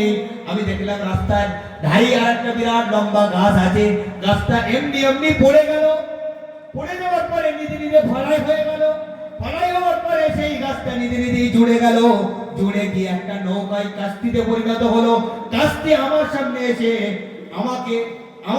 এসে কাস্তি যখন দাঁড়ালো, আমি কাস্তির উপরে উঠে দাঁড়ালাম, বসলাম। তারপরে কাস্তে আমাকে নিয়ে ওপার করে দিল। আস্তে আস্তে তারপরে আমি এসে এই স্টেজে এসে আপনাদের সামনে উপস্থিত। এই পুরো ব্যাপারটা করার সময় যে একটা সময় গেল, আমি 1 ঘন্টা যে পরে ঢুকলাম, এই 1 ঘন্টা পরে ঢোকার মূল কারণ হলো ওই মাঝখানে দরিয়া পড়া আর ওই ঘাস নিজে নিজে পড়ে যাওয়া, তারপরে ভাড়াই হওয়া, তারপরে নৌকা হওয়া, নৌকায় আমাকে তুলে নিয়ে এপার করা। এই পুরো ব্যাপারটা করতে 1 ঘন্টা মতন সময় গেল। এই সময়টার পরে আমি তারপরে স্টেজে এসে উপস্থিত হলাম। যখন এই কথা বলা হলো, সবাই তালি দিয়ে বলছে, আরে বাবা, বাহানা দেওয়ার তো একটা পদ্ধতি হতে হবে। এইরকম পাগল মার্কা অকাট্য বক্তব্য দিলে, এমন হাস্যকর বক্তব্য দিলে কেউ কি মানে? তুমি আসছিলে, আস্তে আস্তে হঠাৎ করে দরিয়া তৈরি হয়ে গেল, হঠাৎ করে গাছ পড়ে গেল, হঠাৎ করে গাছ ফেড়ে গেল, সেই ফাড়া গাছ আবার নৌকা হলো, নৌকা আবার তোমার কাছে গেল, তোমাকে তুললো, এবার করলো। এইসব হাস্যকর গল্প করতেও বললে মানায়? এসব এমনি এমনি হলো? বলে হ্যাঁ, এমনি এমনি হলো। বললে এটা সব কোনোদিন সম্ভব না, এমনি এমনি এটা হতে পারে না। ইমাম আবু হানিফা বললেন, আমি তো এটাই আপনাদের বোঝাতে চাইছি, যদি সামান্য একটা নদী, এই নদীটা এমনি এমনি না হতে পারে, একটা গাছ যদি এমনি এমনি না তৈরি হতে পারে, এমনি এমনি না পড়তে পারে, এমনি এমনি যে না ফাটতে পারে, এমনি এমনি যদি নৌকা তৈরি না হতে পারে, আর এমনি এমনি আমার সামনে এসে দাঁড়াতে না পারে, আর আমাকে পার না করতে পারে, তাহলে পরে আপনারা কি করে বললেন এই পুরো কায়নাতটা এমনি এমনি তৈরি হয়ে গেল, এর কোনো স্রষ্টা নেই? ইমাম আবু হানিফা রাহমাতুল্লাহি আলাইহি জি ঘোষণা করে দেবো, জোরে বলুন। তাহলে এরা যারা কিনা এই সমস্ত নাস্তিক, এদের সাথে ডিবেটে এইরকম ভাবে জায়গা তৈরি হয়, যে ডিবেট করতে জায়গা তৈরি হয়, অথচ আল্লাহ রাব্বুল আলামিন বললেন, আমি এইরকম হাজার নিয়ামত তোমার জন্য অপেক্ষা করে রেখেছি, যেটা তুমি কখনো ভাবতে চাইলেও সেই পর্যন্ত পৌঁছাতে পারবে না। আমি এবারে আল্লাহকে বললাম, আল্লাহ যাক, আমি তোমার ওই জান্নাতে যেতে চাই, জান্নাতে যাব, তাহলে পরে আমার দরকার হলো ওই গন্তব্য পর্যন্ত আল্লাহ যেখানে জান্নাত রেখেছে ওই জায়গা পর্যন্ত পৌঁছাতে হবে। কিভাবে পৌঁছাবো? বলল, আমার কাছে তুমি দোয়া চাও। এবার শুধু দোয়া করলেই পৌঁছে যাবো আল্লাহ? আল্লাহ বলল, না না, শুধু দোয়া করলেই হয় না, দাওয়া আর দোয়া দুটোই করা লাগে। একদিকে ওষুধ খেতে হয়, অন্যদিকে আল্লাহর কাছে দোয়া করতে হয়। শুধু ওষুধের ক্ষমতা নেই আর শুধু দোয়ার ক্ষমতা নেই, দুইটো যখন ব্যাটে বলে হয়, তারপরে কি আল্লাহ রাব্বুল আলামিন দোয়াকে কবুল করেন বা মানুষকে সুস্থ করেন। ঠিক এমনি ভাবে তুমি আল্লাহর কাছে নামাজে যাও আর গিয়ে দোয়া করো, আলহামদুলিল্লাহি রাব্বিল আলামিন আর রহমানির রহিম মালিক ইয়াউমিদ্দিন ইয়াকা না'বুদু ওয়া ইয়াকা নাস্তাঈন ইহদিনাস সিরাতাল মুস্তাকিম। ওগো আল্লাহ, তুমি আমাকে সঠিক রাস্তার পথিক বানিয়ে দাও। কেন? এবারে আল্লাহ বললেন, তুমি আমার কাছে রাস্তা তো চাইলে, কিন্তু ওই রাস্তায় আমি তো হাত ধরে নিয়ে যাব না। আমি তখন আল্লাহকে বললাম, আল্লাহ তাহলে পরে আমাকে কোনো একটা উপায় তো বলুন। আল্লাহ বলল, একটা উপায় আছে। কি উপায়? আরে এর আগে আমার ওই রাস্তায় অনেকগুলো মানুষ চলে এসেছে, যারা কিনা চলে আমার কাছে নবী হয়েছে, যারা কিনা চলে সাহাবা হয়েছে, যারা কিনা চলে ওলি হয়েছে, বস্তুত আবদার হয়েছে, যারা কিনা আমার পক্ষ থেকে সার্টিফিকেট পেয়ে গেছে, ওই সার্টিফিকেট পাওয়া ব্যক্তিরা এই রাস্তায় চলে গেছে। সুতরাং তোমার কাজ হবে, আমি আল্লাহ তো ওখানে যাব না, সেই নবী রাসূল সাহাবাদের যেখানে যেখানে পায়ে ছাপ আছে, ওই ছাপ দেখে দেখে দেখে দেখে তুমি ওই রাস্তা অতিক্রম করে আমার পর্যন্ত পৌঁছাতে পারো। আর ওটাকে বোঝানোর জন্যই আল্লাহ রাব্বুল আলামিন কোরআনে কারীমের মধ্যে মুহাম্মদুর রাসূলুল্লাহ সাল্লাল্লাহু আলাইহি ওয়াসাল্লামকে দিয়ে বলেন, ওগো মুহাম্মদুর রাসূলুল্লাহ, তুমি তোমার উম্মতদেরকে বলে দাও, মা আতাকুমুর রাসূলু ফাখুযুহু ওয়া মা নাহাকুম আনহু ফান্তাহু। আমি যেখানে যেখানে পা ফেলেছি ওই জায়গায় পা ফেলবে, যেখানে আমি পা ফেলিনি সেখানে তুমি পা ফেলবে না। তুমি নিজের মতন করে ইস্তারা যদি এই ধারে পা ফেলো, এই ধারে পা ফেলো, তাহলে শয়তান যেখানে সেখানে তোমার পা ধরে টেনে নেবে, তুমি হয়তো গন্তব্য পর্যন্ত পৌঁছাতে পারবে না। আমি কিন্তু একদম মিডিলে পা রেখেছি। সেই জন্য ইসলামের মধ্যে ইফরাত নেই, তফরিতও নেই, বাড়াবাড়িও নেই, ছাড়াছাড়িও নেই। এই কদিন পরে শবে বারাত, এরা শবে বারাত যখন আসবে, অনেক জায়গায় আছে লাইটিং করা, এ বাজারে ঘোরা, ও বাজারে ঘোরা, কেউ হালুয়া রুটি করা, কেউ ওখানে যাওয়া, কেউ কবরস্থানে ধূপবাতি দেওয়া, কেউ বিভিন্ন রকমের আগরবাতি দেওয়া, হাজারো জনা হাজার রকমের নিয়ে, কেউ বিরাট বাড়াবাড়ি। আবার একদল বলছে না, একদম এই শবে বারাত বলে কিছু নেই, শবে বারাত পালন করা বেদাত। দুই দিকে দুই রকম। আমরা আহলুস সুন্নাহ ওয়াল জামাআহ, আমরা বলছি শবে বারাত তার প্রমাণ আছে। আমরা বাড়াবাড়িও করি না, ছাড়াছাড়িও করি না। আমরা বলছি হালুয়া রুটি করা যাবে না, আমরা বলছি ওই কবরস্থানে লাইটিং করা যাবে না, আমরা বলছি মসজিদে এসে ওই হুল্লোড় লাইটিং এর আয়োজন করা যাবে না। এই রাত্রে মুহাম্মদুর রাসূলুল্লাহ সাল্লাল্লাহু আলাইহি ওয়াসাল্লাম যতটুকু করেছেন আমি ততটুকু করব। কেননা আল্লাহ বলে দিলেন, তোমরা আমার কাছে দোয়া চেয়েছো, আল্লাহ গন্তব্য পর্যন্ত পৌঁছাতে চাই। আমি বললাম আল্লাহ কি করে পৌঁছাবো? আল্লাহ বলল, আমি মুহাম্মদুর রাসূলুল্লাহকে এই রাস্তায় চলিয়ে দেখিয়ে দিলাম। ওই রাস্তার তুমি লক্ষ্য করো, মুহাম্মদ যেখানে যেখানে পা ফেলেছে তুমিও সেখানে সেখানে পা ফেলবে। যেখানে পা ফেলিনি তুমি পা ফেলতে যাবে না। তুমি যদি পা ফেলো ওটার নাম বেদাত হবে। তুমি যদি পা না ফেলো তাহলে পরে ওটার নাম রসম বা রেওয়াজ হবে। রসমও হারাম, রেওয়াজও হারাম, বেদাতও হারাম। শুধুমাত্র তুমি চলবে ওই জায়গায়। যদি বলো যে না, আমি মুহাম্মাদের থেকে ভালো আল্লাহ তোমাকে ইবাদত দিতে চাই, মুহাম্মদ যত না করেছে তার থেকে ভালো তোমাকে দেবো। আল্লাহ বলল, আমি মুহাম্মাদের থেকে ভালো প্রোডাক্ট তোমার থেকে চাই না।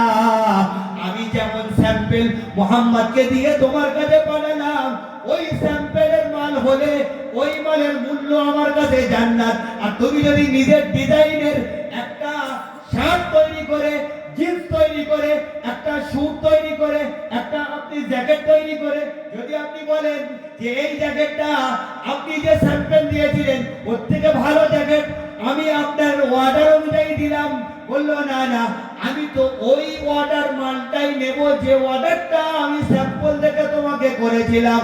আমি তোমাদেরকে বললাম, এই দেখো, লাকাদ কানা লাকুম ফি রাসূলিল্লাহি উসওয়াতুন হাসানাহ। মুহাম্মদ তোমার কাছে থাকবে, তুমি যখন খাবে মুহাম্মদকে দেখে খাবে, তুমি যখন পড়বে মুহাম্মদকে দেখে পড়বে, তুমি যখন বাজার যাবে মুহাম্মদকে দেখে বাজার যাবে, তুমি যখন সংসার করবে মুহাম্মদকে দেখবে, তুমি যখন স্ত্রী সংসার বানাবে তখন মুহাম্মদকে দেখবে, তোমার সন্তান মানুষ করার ক্ষেত্রে মুহাম্মদকে দেখবে, তুমি বন্ধু করবে মুহাম্মদকে দেখবে, তুমি একজন মুসলমান অমুসলিমের সাথে কি আচার করবে ওটা মুহাম্মদকে দেখো, মুহাম্মদের রাষ্ট্রনীতি কিভাবে করেছে মুহাম্মদকে দেখো, মুহাম্মদ পাড়া প্রতিবেশীর সাথে কেমন চলেছে ওটা মুহাম্মদকে দেখো।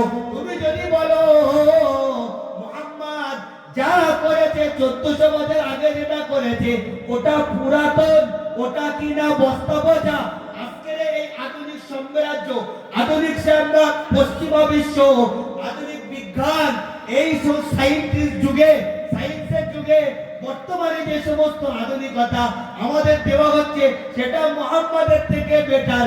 না না না না, আমি এটা বিশ্বাস করি না। আমি বরং এটা বিশ্বাস করি মুহাম্মাদের কালচার, মুহাম্মাদের ছাপ, মুহাম্মাদের প্রত্যেকটা দিয়ে যাওয়া আদর্শ সর্বযুগের সর্বশ্রেষ্ঠ, সবথেকে মডার্ন। এর থেকে মডার্ন আর কোনো কিছু কিয়ামত পর্যন্ত আসতে পারে না। সুতরাং আজকে যদি অসীম সরকারের মতন কিছু কুলাঙ্গার এসে বলে মুহাম্মদ এমন একটা কিতাব দিয়ে গেছে যে কোরআনের মধ্যে আমরা হিন্দুদেরকে মারতে বলা হয়েছে, সূরা তাওবার 5 নম্বর আয়াত তুলে সোশ্যাল মিডিয়ায় ব্যাপকভাবে ভাইরাল করা হচ্ছে, আর কিছু হিন্দু তথা যারা কিনা বিজেপির মতন সাম্প্রদায়িক মানসিকতা রাখে তারা অসীম সরকারের সেই বক্তব্য নিয়ে চারিদিকে পোস্ট করে শেয়ার করে ঘুরে বেড়াচ্ছে। আর ইসলাম ও মুসলমানদের কুলুষিত করার একটা চক্রান্ত তারা বেছে নিয়েছে। আর ভাবলো এই আয়াতে দেখো কি কঠিন কথা মুসলমানদের কোরআনে লেখা আছে সেখানে লেখা আছে এই 4টে মাস মানে সম্মানীয় 4টে মাস আছে, তার মধ্যে একটা মাস হলো রজব মাস। এই রজব মাস চলে যাওয়ার পরে তোমরা কাফেরদের বেঈমানদের যেখানে পাবে সেখানেই তাদেরকে মারবে, ওদের জন্য ঘাঁটি গেড়ে বসে থাকো। যেখানে অমুসলিমদেরকে দেখতে পাবে সেখানেই তাদের মুন্ডুচ্ছেদ করবে। এটা কোরআনের আয়াত। হ্যাঁ, কোরআনে আয়াত আছে, কোরআনে আয়াত আছে। কিন্তু আপনি আগে পিছে না দেখে আপনি শুধু কোরআনের ওই আয়াতটা কেন তুললেন? ওই আয়াতটা সূরা তাওবা আছে, আর বাকি 4টা আয়াত আপনি কেন বাদ দিলেন? প্রত্যেকটা বিষয়ের জোর আছে। যেমন কোরআনে কারীমে আল্লাহ এক জায়গায় বললেন ওয়ালা তাকরাবুস সালাহ, তোমরা কেউ নামাজের ধারে পাশে যাবে না। এটা কোরআনের আয়াত। ওর পরে আছে কি ওয়া আনতুম সুকারা, এখন তোমরা মদ্যপান অবস্থায় থাকবে তখন যাবে না। আমি মদ্যপানটা বাদ দিয়ে বলে দিলাম কোরআনে নামাজের কথা নেই, বরং নামাজের কাছে যেতে নিষেধ করেছে। আপনি এই রকম ব্যাখ্যা করে সোশ্যাল মিডিয়া গরম করছেন, আর আপনার কিছু ওই রকম কুলাঙ্গার সহকর্মী আছে যারা কিনা এটাকে ভাইরাল করার, ইসলামকে কুলুষিত করার বা হাইকোর্টে সুপ্রিম কোর্টে মামলা করে কোরআনের এই আয়াতকে তোলার চেষ্টা করা হচ্ছে। কিন্তু নানা বন্ধু, 1400 বছর আগে থাকতেই হাজারো লাখো মানুষ এইরকম কোরআনের এই আয়াত দিয়ে তারা কিনা প্রশ্ন করেছিল, একটার পর একটা প্রশ্ন করলো, তারাও আস্তে আস্তে চুপ হয়ে গেল। আগেও কোরআনের আয়াত ছিল, আজও আছে, আর যতদিন পর্যন্ত পৃথিবী বেঁচে থাকবে ততদিন পর্যন্ত এই আয়াত থাকবে। মাঝখানে আপনি দুনিয়া থেকে চলে যাবে।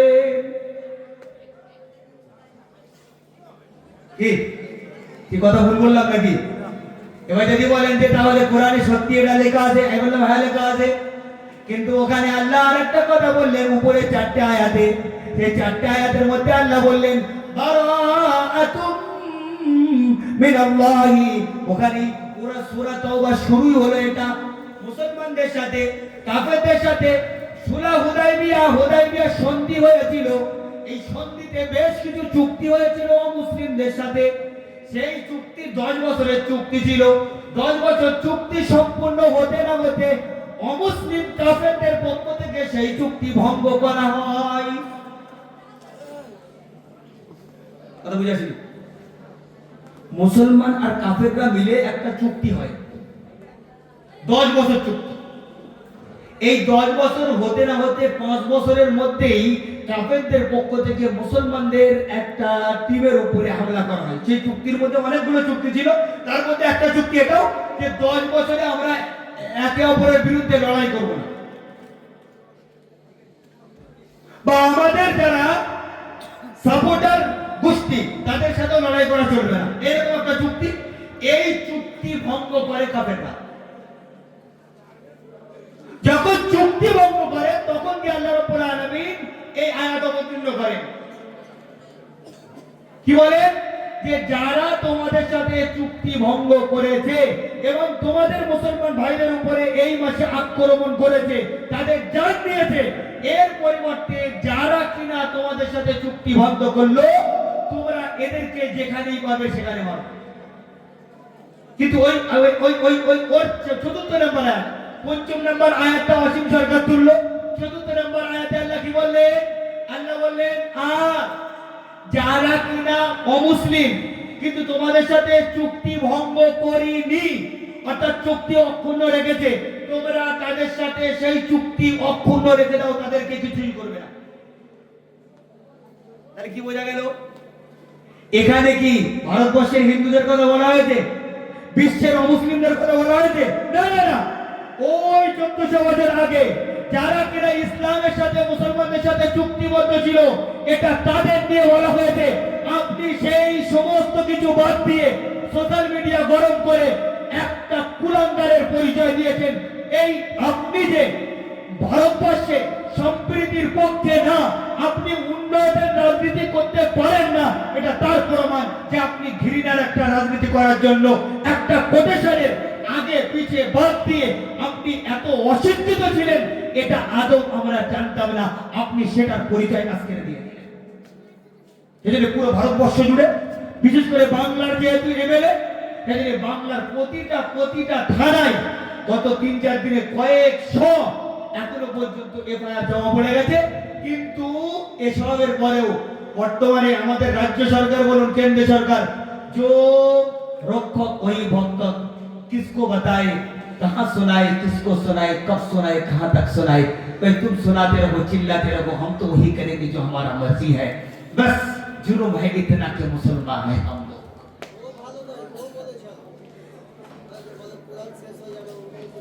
बस जुर्म है इतना के मुसलमान है हम लोग। कुछ ले गई इज्जत तो हमारे ही घरों की, काटी गई फसलें तो हमारे ही सरों की। ओ সুলতান টিপু রহমতুল্লাহ আলাইহি সময় থেকে নিয়ে আপনার আল্লামা ইকবাল এই কবিতা লিখেছিলেন, তারপরে বলেছিলেন যদি ইজ্জত লুটা হয়ে থাকে, আমার ঘরের মেয়েদের ইজ্জত লুটার চেষ্টা করা হয়েছে।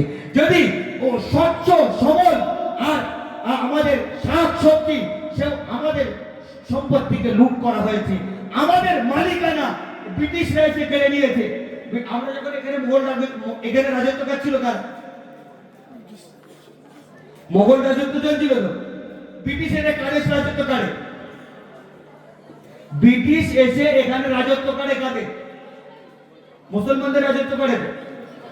ব্রিটিশ সাম্রাজ্য চলছিল, সেখানে ব্রিটিশদের সাথে ইংরেজদের সাথে মূলত যুদ্ধ হয়েছিল কারে? মুসলমানদের। এটা শুনে রেখে দেন। কেন?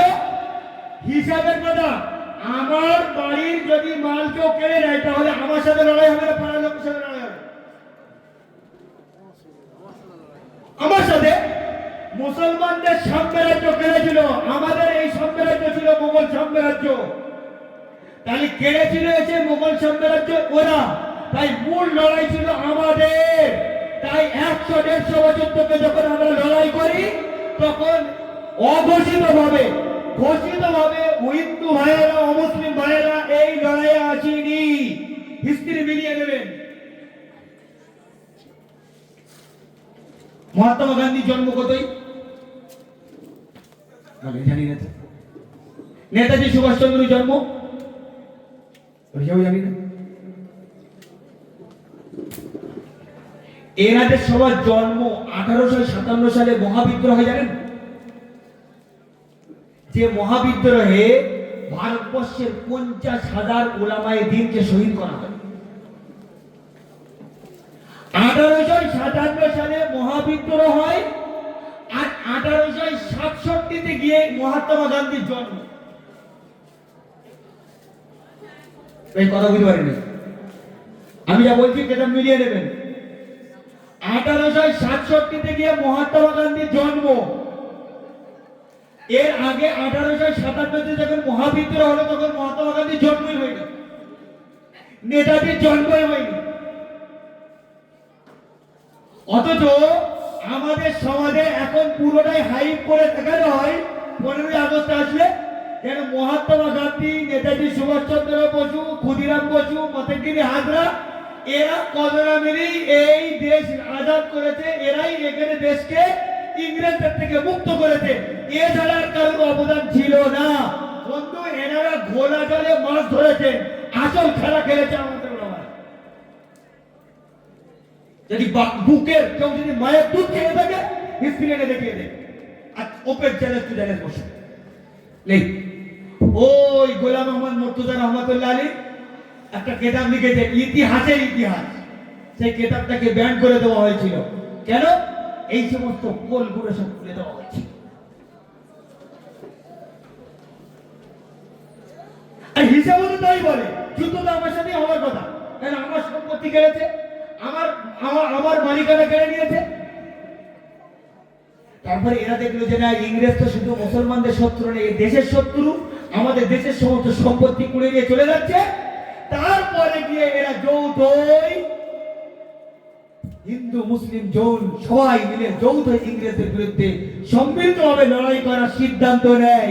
কিন্তু তারপর তারপরেও বর্তমানে যারা কিনা দেশ প্রেমের স্লোগান দিয়ে দিয়ে বেড়াচ্ছে এই অসীম সরকারের মতো, যারা কিনা বলে বেড়াচ্ছে দেশের প্রকৃত পক্ষে দেশপ্রেমী আমরা, দেশের প্রকৃত পক্ষে নাগরিক আমরা, আমরা দেশের শুভাকাঙ্ক্ষী, এরা সবাই তৎকালীন সময়ে এই ভারতবর্ষকে লুটে খানে ওয়ালা ইংরেজদের দালালি করেছিল, গোয়েন্দা করেছিল এই আরএসএস নাই।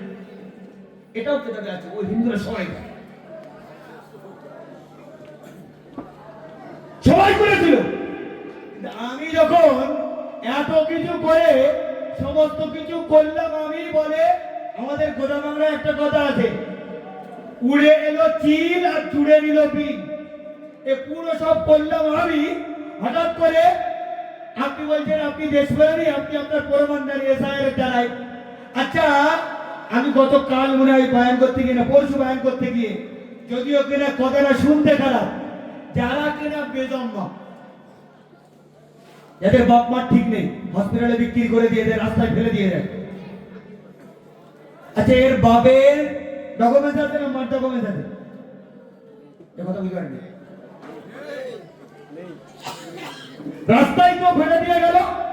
কেন ফেলে দিয়ে গেল? সে আপনার আইনের কারণে। আপনি সুপ্রিম কোর্টে আইন দিয়েছে লিভিং রিলেশন বৈধ, লিভিং বৈধ। আপনি যাত্রার সাথে সম্পর্কে লিপ্ত হতে পারেন সম্মতিতে, জবরদস্তি চলবে না।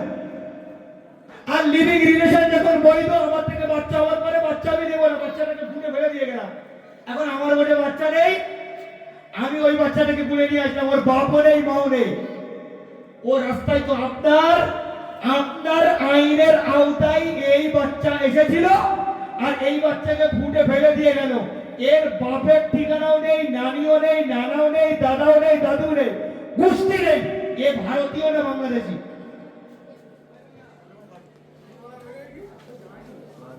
আপনি বলবেন আমার এসআইয়ের দ্বারা সবকিছু আমি করে নেবো না। আসলে সেই উড়ে এলো চিল আর জুড়ে নিল বিল। করলাম আমি রাজকেল্লা, করলাম আমি জামে মসজিদ, করলাম আমি ভারতবর্ষের তাজমহল, করলাম এরকম হাজারো হুমায়ুন মন্দির থেকে শুরু করে ভারতবর্ষের কোটি কোটি টাকা আরম্ভ খর্ব কুতুব মিনার যত কিছু সব দেখা যাবে আমাদেরই দেওয়া অবদান, আমাদেরই লুটে খেয়ে। এখন বলছে তুমি এই দেশের নাগরিক, তার প্রমাণ দাও, আর তা না হলে পরে তুমি ওখানে। আমি এই কতদূর এতদূর পর্যন্ত আনলাম, এটা আমার কিন্তু বিষয়বস্তু না। ওই আমি বলতে চাইছিলাম যে ওই অসীম সরকারের মতন কিছু লোক যদি এসে কোরআনী বিধানটাকে পাল্টে দেওয়ার চেষ্টা করে, কিন্তু আল্লাহ রাব্বুল আলামিন 1400 বছর আগে মুহাম্মাদের যে এক্সাম্পল লিখে গেছে ওটাই সর্বশ্রেষ্ঠ। আর তা কিয়ামত মুহাম্মাদের মডেলই হলো সবথেকে, মডেলই হলো সর্ব উৎকৃষ্ট মডেল। সুতরাং আমার যদি সামান পত্র, আমি যদি আল্লাহর কাছে প্রোডাক্ট দিতে চাই, তাহলে আল্লাহর কাছে ইবাদতের প্রোডাক্ট আমার দিতে হবে, ওই প্রোডাক্ট যেটা মুহাম্মদ সাল্লাল্লাহু আলাইহি সাল্লাম আমাকে দিয়ে গেছেন। নামাজ তুমি ওইভাবে পড়বে যেভাবে আমি দিয়ে গেছি, রোজা ওইভাবে করবে যেভাবে আমি দিয়ে গেছি, যাকাত ওইভাবে দেবে যেভাবে আমি করে গেছি, শবে বরাত তুমি ওইভাবে করবে যেভাবে আমি করে গেছি, হজ এইভাবে করবে যেভাবে আমি করেছি, দাড়ি ওইভাবে রাখবে যেভাবে আমি রেখেছি। কেন? তুমি আল্লাহর কাছে বারবার দোয়া চাইছো, ইহদিনাস সিরাতাল মুস্তাকিম, আল্লাহ একটুখানি সহজ রাস্তায় আমাকে একদম মুহাম্মদ তোমার পর্যন্ত পৌঁছে দাও। আল্লাহ বলছেন হ্যাঁ পৌঁছে দেবো, কিন্তু তোমার শর্ত হলো ওই মুহাম্মাদের রেখে যাওয়া পায়ের ছাপ অনুযায়ী ফেলে ফেলে ফেলে ফেলে তারপরে আমার কাছে বলবে। ডান দিকেও যাবে না, বাঁ দিকেও যাবে না, কারণ এদিকেও শয়তান এদিকেও শয়তান। একদম স্থির গতিতে সামনের দিকে নজর দিয়ে দিয়ে দিয়ে দিয়ে দিয়ে চলে আসবে। এসে দেখবে হঠাৎ করে একদিন আমি তোমাকে ডেকে দেবো, আর ডেকে নেওয়ার পরে আমি এসে বলবো যে ভাই তুমি আমার রাস্তায় চলেছিলে না এদিক ওদিক চলেছিলে? যদি এদিক ওদিক চলে থাকো তাহলে তার কৈফিয়ত দেবে, আর যদি তুমি মুহাম্মাদের রাস্তায় চলে থাকো তাহলে বল চিন্তা করার কারণ নেই, আমার রাসূল মুহাম্মদ সাল্লাল্লাহু আলাইহি সাল্লাম তোমাকে ধরে দিয়ে আমার দরবারে আনবে, আর এনে বলবে ওগো রব্বুল আলামিন, এটা আমারই একটা উম্মত, তোমার একটা বান্দা, এ আমার এই রাস্তায় আমার পায়ের ছাপ অনুযায়ী চলেছে, ওই ছাপে পা খানিকটা ঠেকেছে, খানিকটা ঠেকেনি, পা একদম হুবহু ঠেকেনি, কখনো এদিকে বেঁকে গেছে, কখনো এদিকে বেঁকে গেছে, নামাজ কিছুটা ঠিক কিছুটা বেঠিক, কখনো রোজা ঠিক কিছুটা বেঠিক, কিন্তু পায়ের ছাপ কিছু না কিছু অংশ পড়েছিল, একটু হেঁকে বেঁকে গেলেও পরিশেষে বা আড়াল সমস্ত রকমের চেষ্টা করেছে, ওয়াল্লাযীনা জাহাদু ফীনা লানাহদিয়ান্নাহুম সুবুলানা। আল্লাহ বললেন হ্যাঁ হ্যাঁ হ্যাঁ হ্যাঁ আমিও জানি যারা কিনা আমার দেওয়া রাস্তা অনুযায়ী চলার চেষ্টা করেছে, আমিও দেখেছি।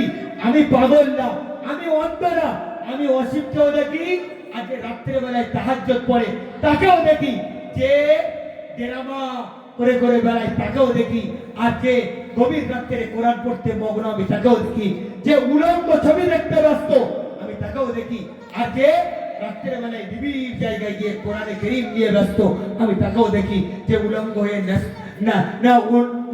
যাচ্ছে মত্ত আমি তাকেও দেখি, যে মহিলা উলঙ্গ হয়ে বেপরদায় ঘুরে বেড়ায় আমি তাকেও দেখি, আর যে পর্দার মধ্যে ঘুরে বেড়ায় আমি তাকেও দেখি। আমি দেখি সবাইকে, কিন্তু বলি আমি কাউকেও না। কেন? ওই আমি আর রহমান, আমি অতীব দয়াবান, এখানে কিচ্ছু বলবো না, কিচ্ছু বলবো না। ওয়ালা তাহসাবান্নাল্লাহা গাফিলা আম্মা ইয়ামালুয যালিমুন। তুমি এটা ভেবো না যে আমি আল্লাহ দেখছি না, দেখছি, সব দেখছি। দুজনকে বললাম নোট কর, শুধু নোট কর, নোট কর। কিয়ামতের দিন আসবে, বলবো কাফা ইকরা কিতাবা কাফা বিনাফসিকা ইয়াওমা আলাইকা হাসিবা। তুই তোর আমলনামা নিজেই পড়ে দেখ, তুই যদি নেককার হোস তাহলে তুই নিজেই বুঝতে পারবি। আচ্ছা, অনেক সময় রেজাল্ট খাতা, আমাদের রেজাল্ট দেওয়ার আগে খাতা দেখাই না, খাতাটা নিজেই দেখ, নিজে দেখে তুই বুঝতে পারবি তুই পাস না ফেল, তোর রেজাল্ট কি আসতে চলেছে।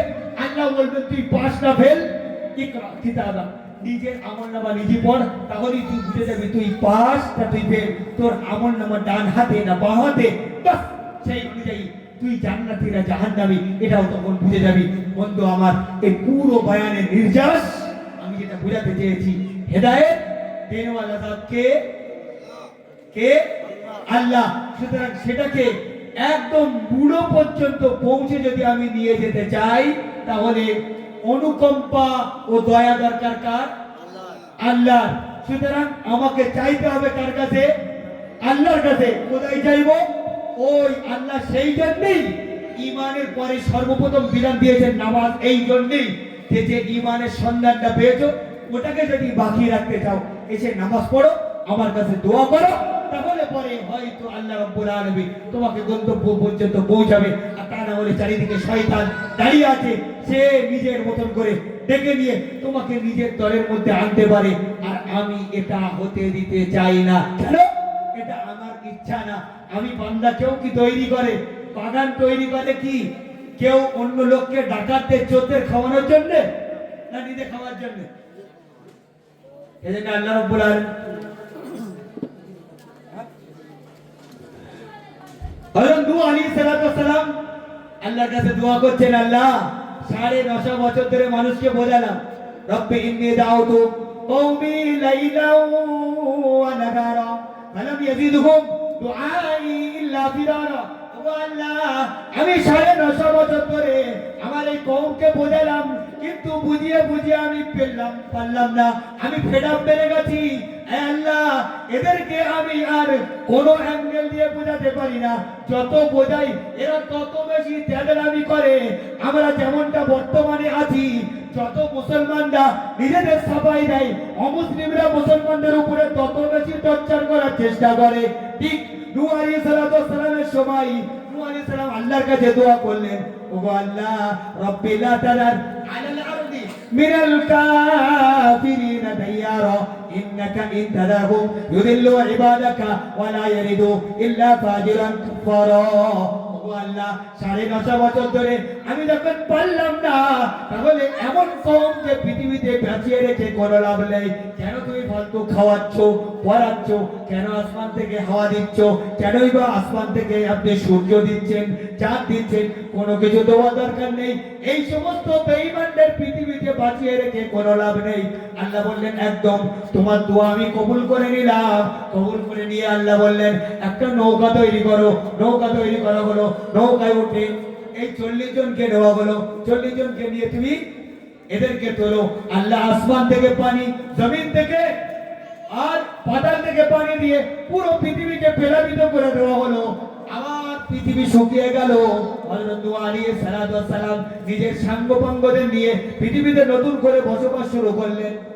এই যখন বসবাস শুরু হয়, তখন পৃথিবীতে যারা ছিল এই 40টা জোড়া, এরা কেউ কি বেঈমান ছিল? ভাই কথা বুঝতে পারেন? বেঈমান সবাই তো মারা গেল তুফানে, যারা ছিল সঙ্গে নেককার। তাহলে নূহ আলাইহিস সালামের আত্মার কোনো কাজ নেই। কাজ কি ছিল নবীদের কাজ? বেঈমানদেরকে ঈমানের রাস্তায় আনা। কাজ যখন নেই, আল্লাহ নূহ আলাইহিস সালামকে কাজ দিলেন, নূহ এক কাজ করো, মাটি কাদা জোগাড় করো আর কলসি তৈরি করো। কলসি তৈরি করলো, একটা দুটো পাঁচটা 10টা। নূহ আলাইহিস সালাম বললেন, আল্লাহ আর কটা? বলে করো, আমি যখন যতক্ষণ না নিষেধ করছি ততক্ষণ করতে থাকো। নজর ভোর কলসি তৈরি করলেন মাটি। যখন সব তৈরি হয়ে গেল, এবারে নূহ আলাইহিস সালামকে আল্লাহ বললেন, এবার একটা একটা করে ভাঙো। বলে আল্লাহ এটা কিরকম হলো? যদি ভাঙাই হবে তাহলে বলে আমাকে তৈরি করতে বলার দরকার ছিল কি? বলে না, আমি বললাম যখন ভাঙো। এই সব কিছু ভাঙার পরে নূহ আলাইহিস সালামকে আল্লাহ জিজ্ঞাসা করলেন, নূহ এইটা ভাঙতে তোমার কেমন লাগলো? বলে খুব কষ্ট হলো আল্লাহ। কেন? এই এত সুন্দর করে এগুলোকে নিখুঁত ভাবে তৈরি করে করে করে যখন রাখলাম, ব্যবহার করে যদি কাজে দিত ঠিক আছে, কোনো কাজে না, আবার তৈরি করতে বলে আপনি ভাঙতে বললেন। আল্লাহ নূহ আলাইহিস সালামকে বললেন, নূহ যেমন তোমার কষ্ট হয়েছে ঠিক এমনি ভাবে তুমি যখন আমার কাছে হাত তুলে দোয়া করেছিলে যে আল্লাহ তোমার সমস্ত বান্দাদেরকে দুনিয়া থেকে মিটিয়ে দাও, আমারও কষ্ট হয়েছিল, আমিও আমার বান্দাদেরকে নিখুঁত ভাবে তৈরি করেছিলাম। কি মুসলমান, কি হিন্দু, কি জৈন, কি খ্রিস্ট, কি মানুক না মানুক, সবাই আমার বান্দা, সবাই আমার তৈরি সবাইকে আমি করেছি।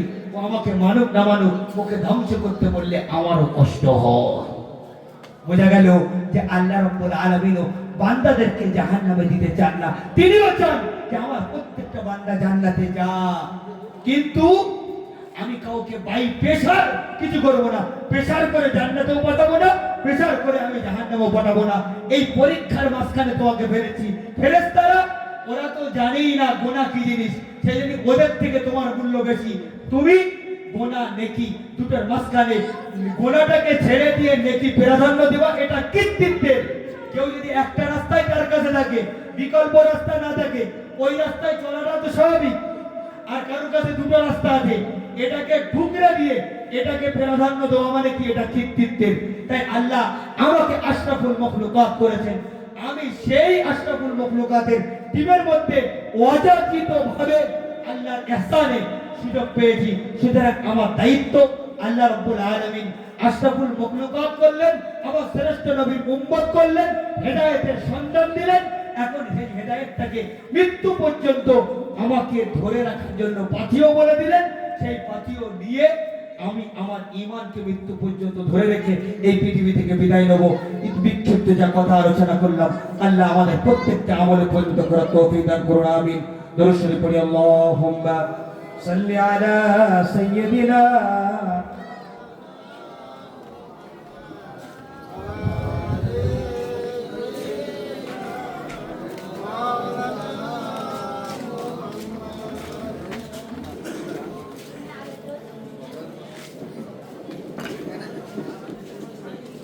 ভাই আপনাদের তাবারুক দোয়া যে থাকে সেটা দিয়ে দেন।